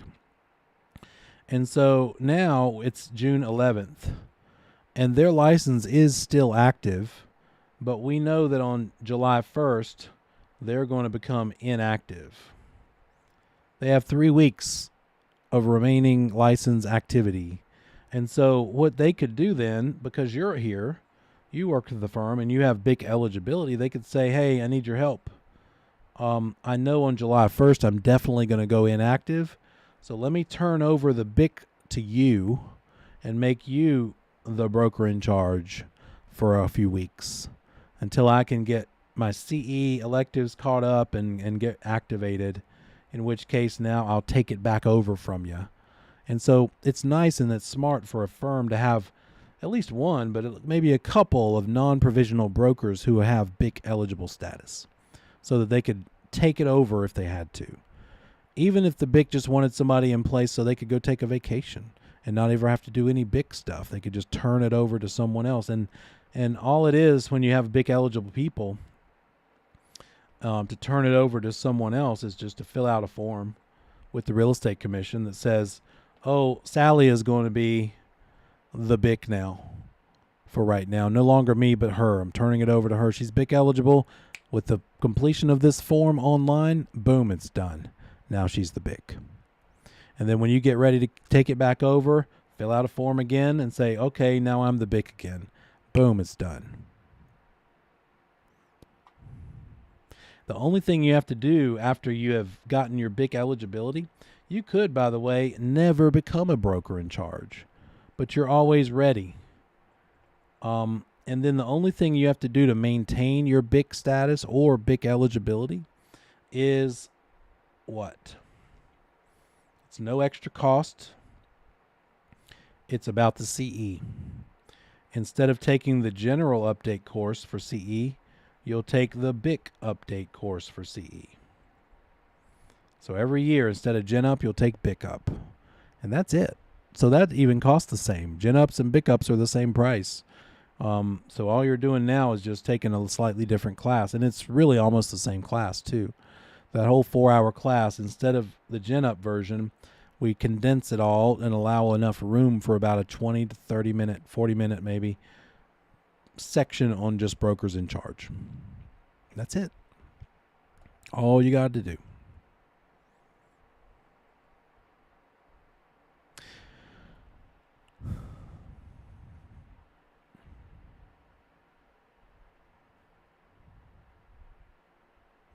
All of this is on BIC eligibility. It's pretty much what I've summed it up as.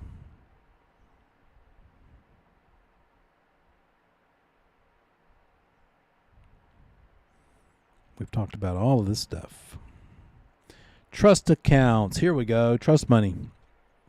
So, when it's a firm handling trust money, they've got to do it in a certain way. So first of all, trust money is what? Other people's money. We can't just put it in our company operating account or our own business or our own personal account. That would be called commingling. You know this. So definitely don't commingle. Examples of monies that we might put in a trust account are down payments, security deposits for rentals, rents, and earnest money, among other things. So it's got to be separate. Can't be mixed with yours. You are the custodian. Only the broker or the person you designate has control over the account, but no one else who has funds in the account have control. So it's custodial. Only the people in charge of the account. Your client whose earnest money is sitting there doesn't have any access to it because a bunch of other clients' money is in there too. And then it's got to be an account that's available on demand. Without notice, you can take the money out without having to wait, since it's someone else's money. It's got to be in that on-demand kind of account. It's got to be in an FDIC-insured institution who lawfully is doing business in North Carolina. And again, the account that the bank will make the account records available to the Real Estate Commission anytime that they might want to see it. One requirement of a trust account is that it literally has the words either trust or escrow account on that checking account, either on the account itself as well as on any checks or deposit statements. So again, everybody knows this is not this person's money. This is money they are in charge of taking care of. This also keeps those funds from being frozen if you, whose account it is, get in trouble and become insolvent. They can't tie up those over a tax lien, for instance. As long as the account is designated as a trust account, they're insured up to $250,000 per person for whom the funds are held. So there's some protections there too. So anytime we're taking possession of money, we need to do that with a trust account. So I don't have a trust account, and that just means I can't take possession of money. I can carry the check. If somebody writes an earnest money check and writes it out to the attorney, I can deliver that check to the attorney and drive it there. But I can't just keep it and hold on to it for the duration of the transaction. It would have to be deposited into the trust account. We'll talk about when that is in just a moment, but notice this. You only need one trust account to hold everybody's money, unless you manage homeowners associations, in which case you'd have to have an account for each HOA that you manage. But for the most part, all the money can be in one account, and you're just going to keep proper records showing how much of whose money is in the account.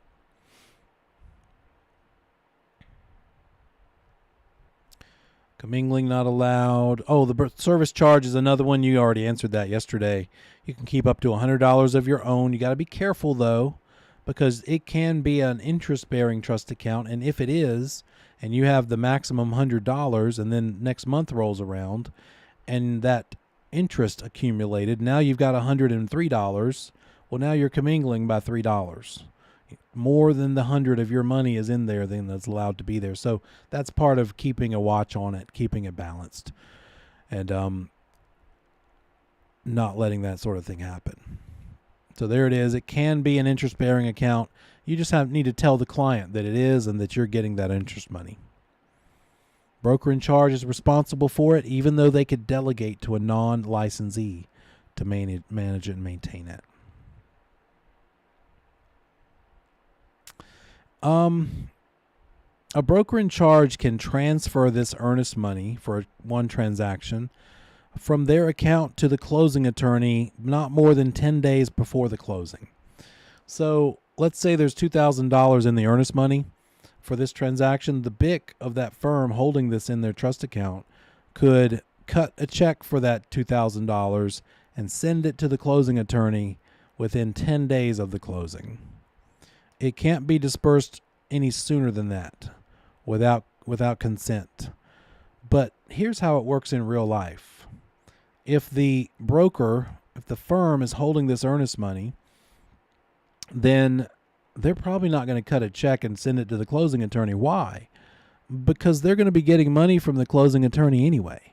And so if there's $2,000 of earnest money, and after the closing happens, this listing firm is the one who's holding that earnest money in their account, and maybe they're supposed to get $10,000 in commission. Well, then in real life, what's probably going to happen is this attorney is just going to cut them a check for $8 instead of $10, because then they'll just take the $2,000 they already have in their trust account and flip it over to their operating account. along with the $8,000 difference that they got from the attorney. So why carry money all over the place and cut checks, this and that, if we can just handle it with accounting like this? This is allowable, and this is the primary way it's handled. But if you do it the old-fashioned way where you cut a check and give it to the attorney, there it is. Can't be given to that attorney more than 10 days before closing.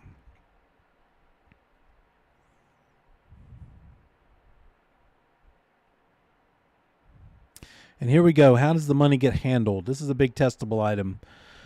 For the most part, all trust monies received by a licensee must be deposited in the trust account within 3 banking days of receipt.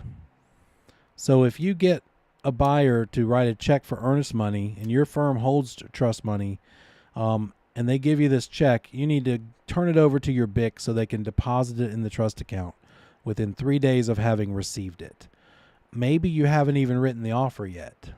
Or maybe you wrote the offer, but you haven't submitted it yet because maybe you're waiting on somebody to sign off on it or something. But so that's why it's about the receipt.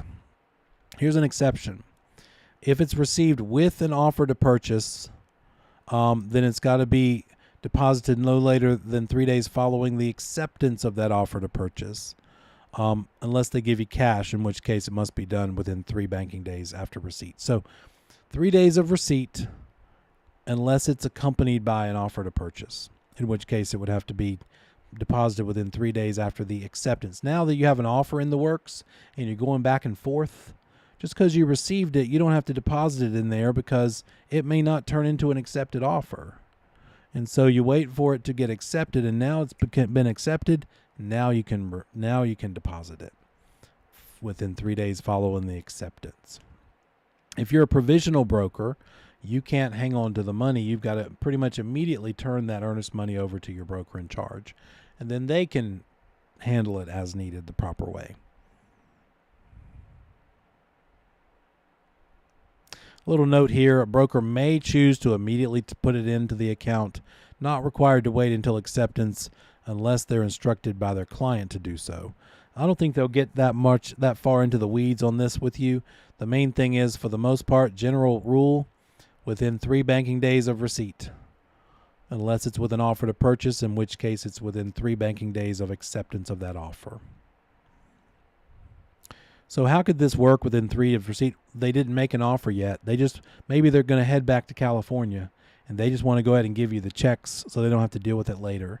And they write you the check today, and they're going to go back and think about it and then tell you in a couple of days if they want to make the offer. In that case, you would need to deposit it within 3 days of having gotten it from them. But again, if it's a part of the offer and the offer has been written, then it's 3 days from acceptance of that offer. You don't have to stick it in the account until the offer gets accepted. Here's the part about the provisional. They need to immediately deliver it to their broker in charge. You can't hold money any longer than absolutely necessary. So you could sit there and walk them through and write the offer and get their signatures, and they write the check. But as soon as that appointment is over, you better go drop this off with your BIC as a provisional broker.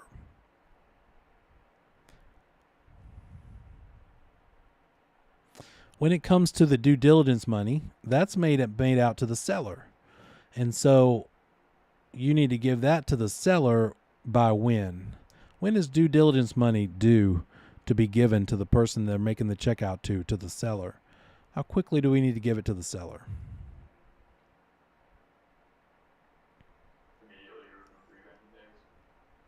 Good answer. I mean, I appreciate that it's a consistent answer. Let's think about this process with an offer to purchase. With an offer to purchase, we could have made the offer, and maybe that client gave us some due diligence money. We definitely don't give the due diligence money while we're going back and forth countering, right? Because the seller, it's made to the seller. We don't want them cashing it, keeping it. But once that offer becomes a contract and now we're under contract, effective date. Not even before 5, but that's a pretty good guess. But just period, effective date. Because the effective date could become the effective date at 11:59 p.m. And now there's like a minute left in the effective date for all intents and purposes. In real life, the agents are probably going to say, look, I know we signed off on everything and we're official, tonight and it's 2 minutes before midnight, but there's no way we could possibly even get it to the seller by now. Even if we could and it was 9 o'clock and we had 3 hours, I'm not changing out of my PJs and going out into the world. So usually due diligence money is handled the next day. The agents say, let's get together, get the money to the seller. It could be done in many ways. Either the buyer agent gives it to the listing agent and then they take it to the seller. It could be that the buyer agent just takes it straight to the seller, drops it off at the house. No matter what happens, how it's done, there needs to be a receipt, a signature of the receipt page. The receipt page is the page 17 of the contract. And so when the buyer agent gives it to the listing agent, they need to sign off. And then when the listing agent gives it to the seller, they need to sign off. Or if the buyer agent just gives it straight to the seller, there's no listing agent that ever touched it, and so the seller just needs to sign off. So that's the process. Usually it's fine for it to be handled the day after. What you don't want it to happen is 2, 3, 4 days after. And then maybe here on the third day, the buyer gets cold feet and tries to walk away. It's still under contract. They are in default. They are breaching. But the problem is there's no due diligence money for the seller to feel okay about the buyer breaching. And so the seller's going to be mad at you, the agent, for not hurrying up and getting that due diligence money quicker than 2, 3, 4 days, giving the buyer time to walk away. And for whatever reason, they can back out for any or no reason. But the reason the seller feels good about them backing out for any or no reason is that they also lose that due diligence money. Seller gets to keep it. So let's make sure they have it as soon as possible. I don't ever want to wait longer than just the very next day. And if it's the same day, I want to try for that one. So if we get this thing all ironed out at 10 a.m., then I'm going to try my best to get up with that buyer agent and get my hands on that due diligence money today. Because we've got, 10 a.m. and we've got 14 hours before the end of before the end of the effective date, right? So it's all about getting that seller leverage, keeping that buyer from being likely to walk away. We're asking that seller to pull their house off the market, not show it to anybody anymore. So let's make sure that that seller has some peace of mind.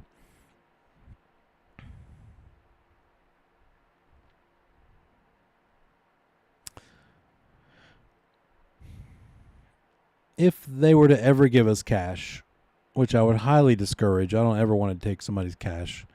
But if the buyer gave the broker cash for option money or due diligence fee, then the broker needs to put it in the trust account.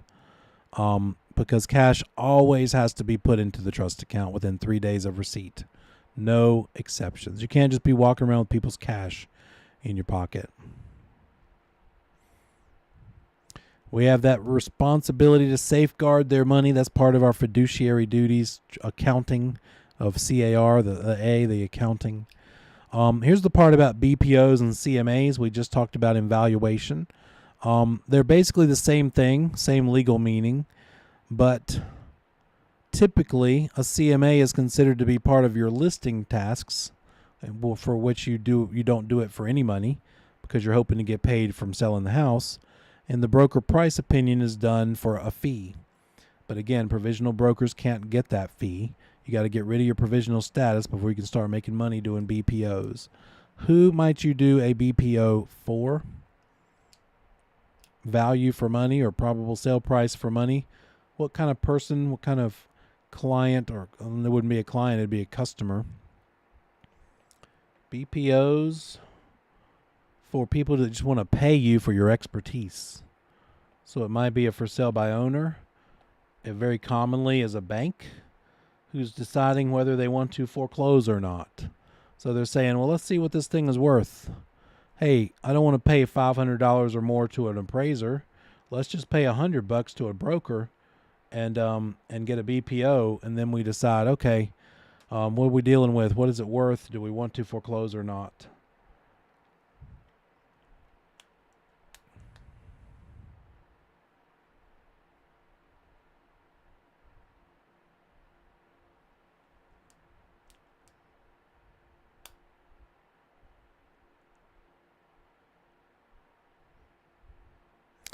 They make a point here about a provisional broker doing either, whether you call it a BPO or a CMA, it'll be interchangeable. You can do it as a provisional broker, but just not for a fee until you get rid of that provisional status. You also can't do a BPO or a CMA if they're using it to determine a mortgage, to originate a mortgage. That's not allowed either. And then, again, it's for probable sale price or probable leasing price. We can't say our BPO or our CMA is for value or worth. That's only for appraisals.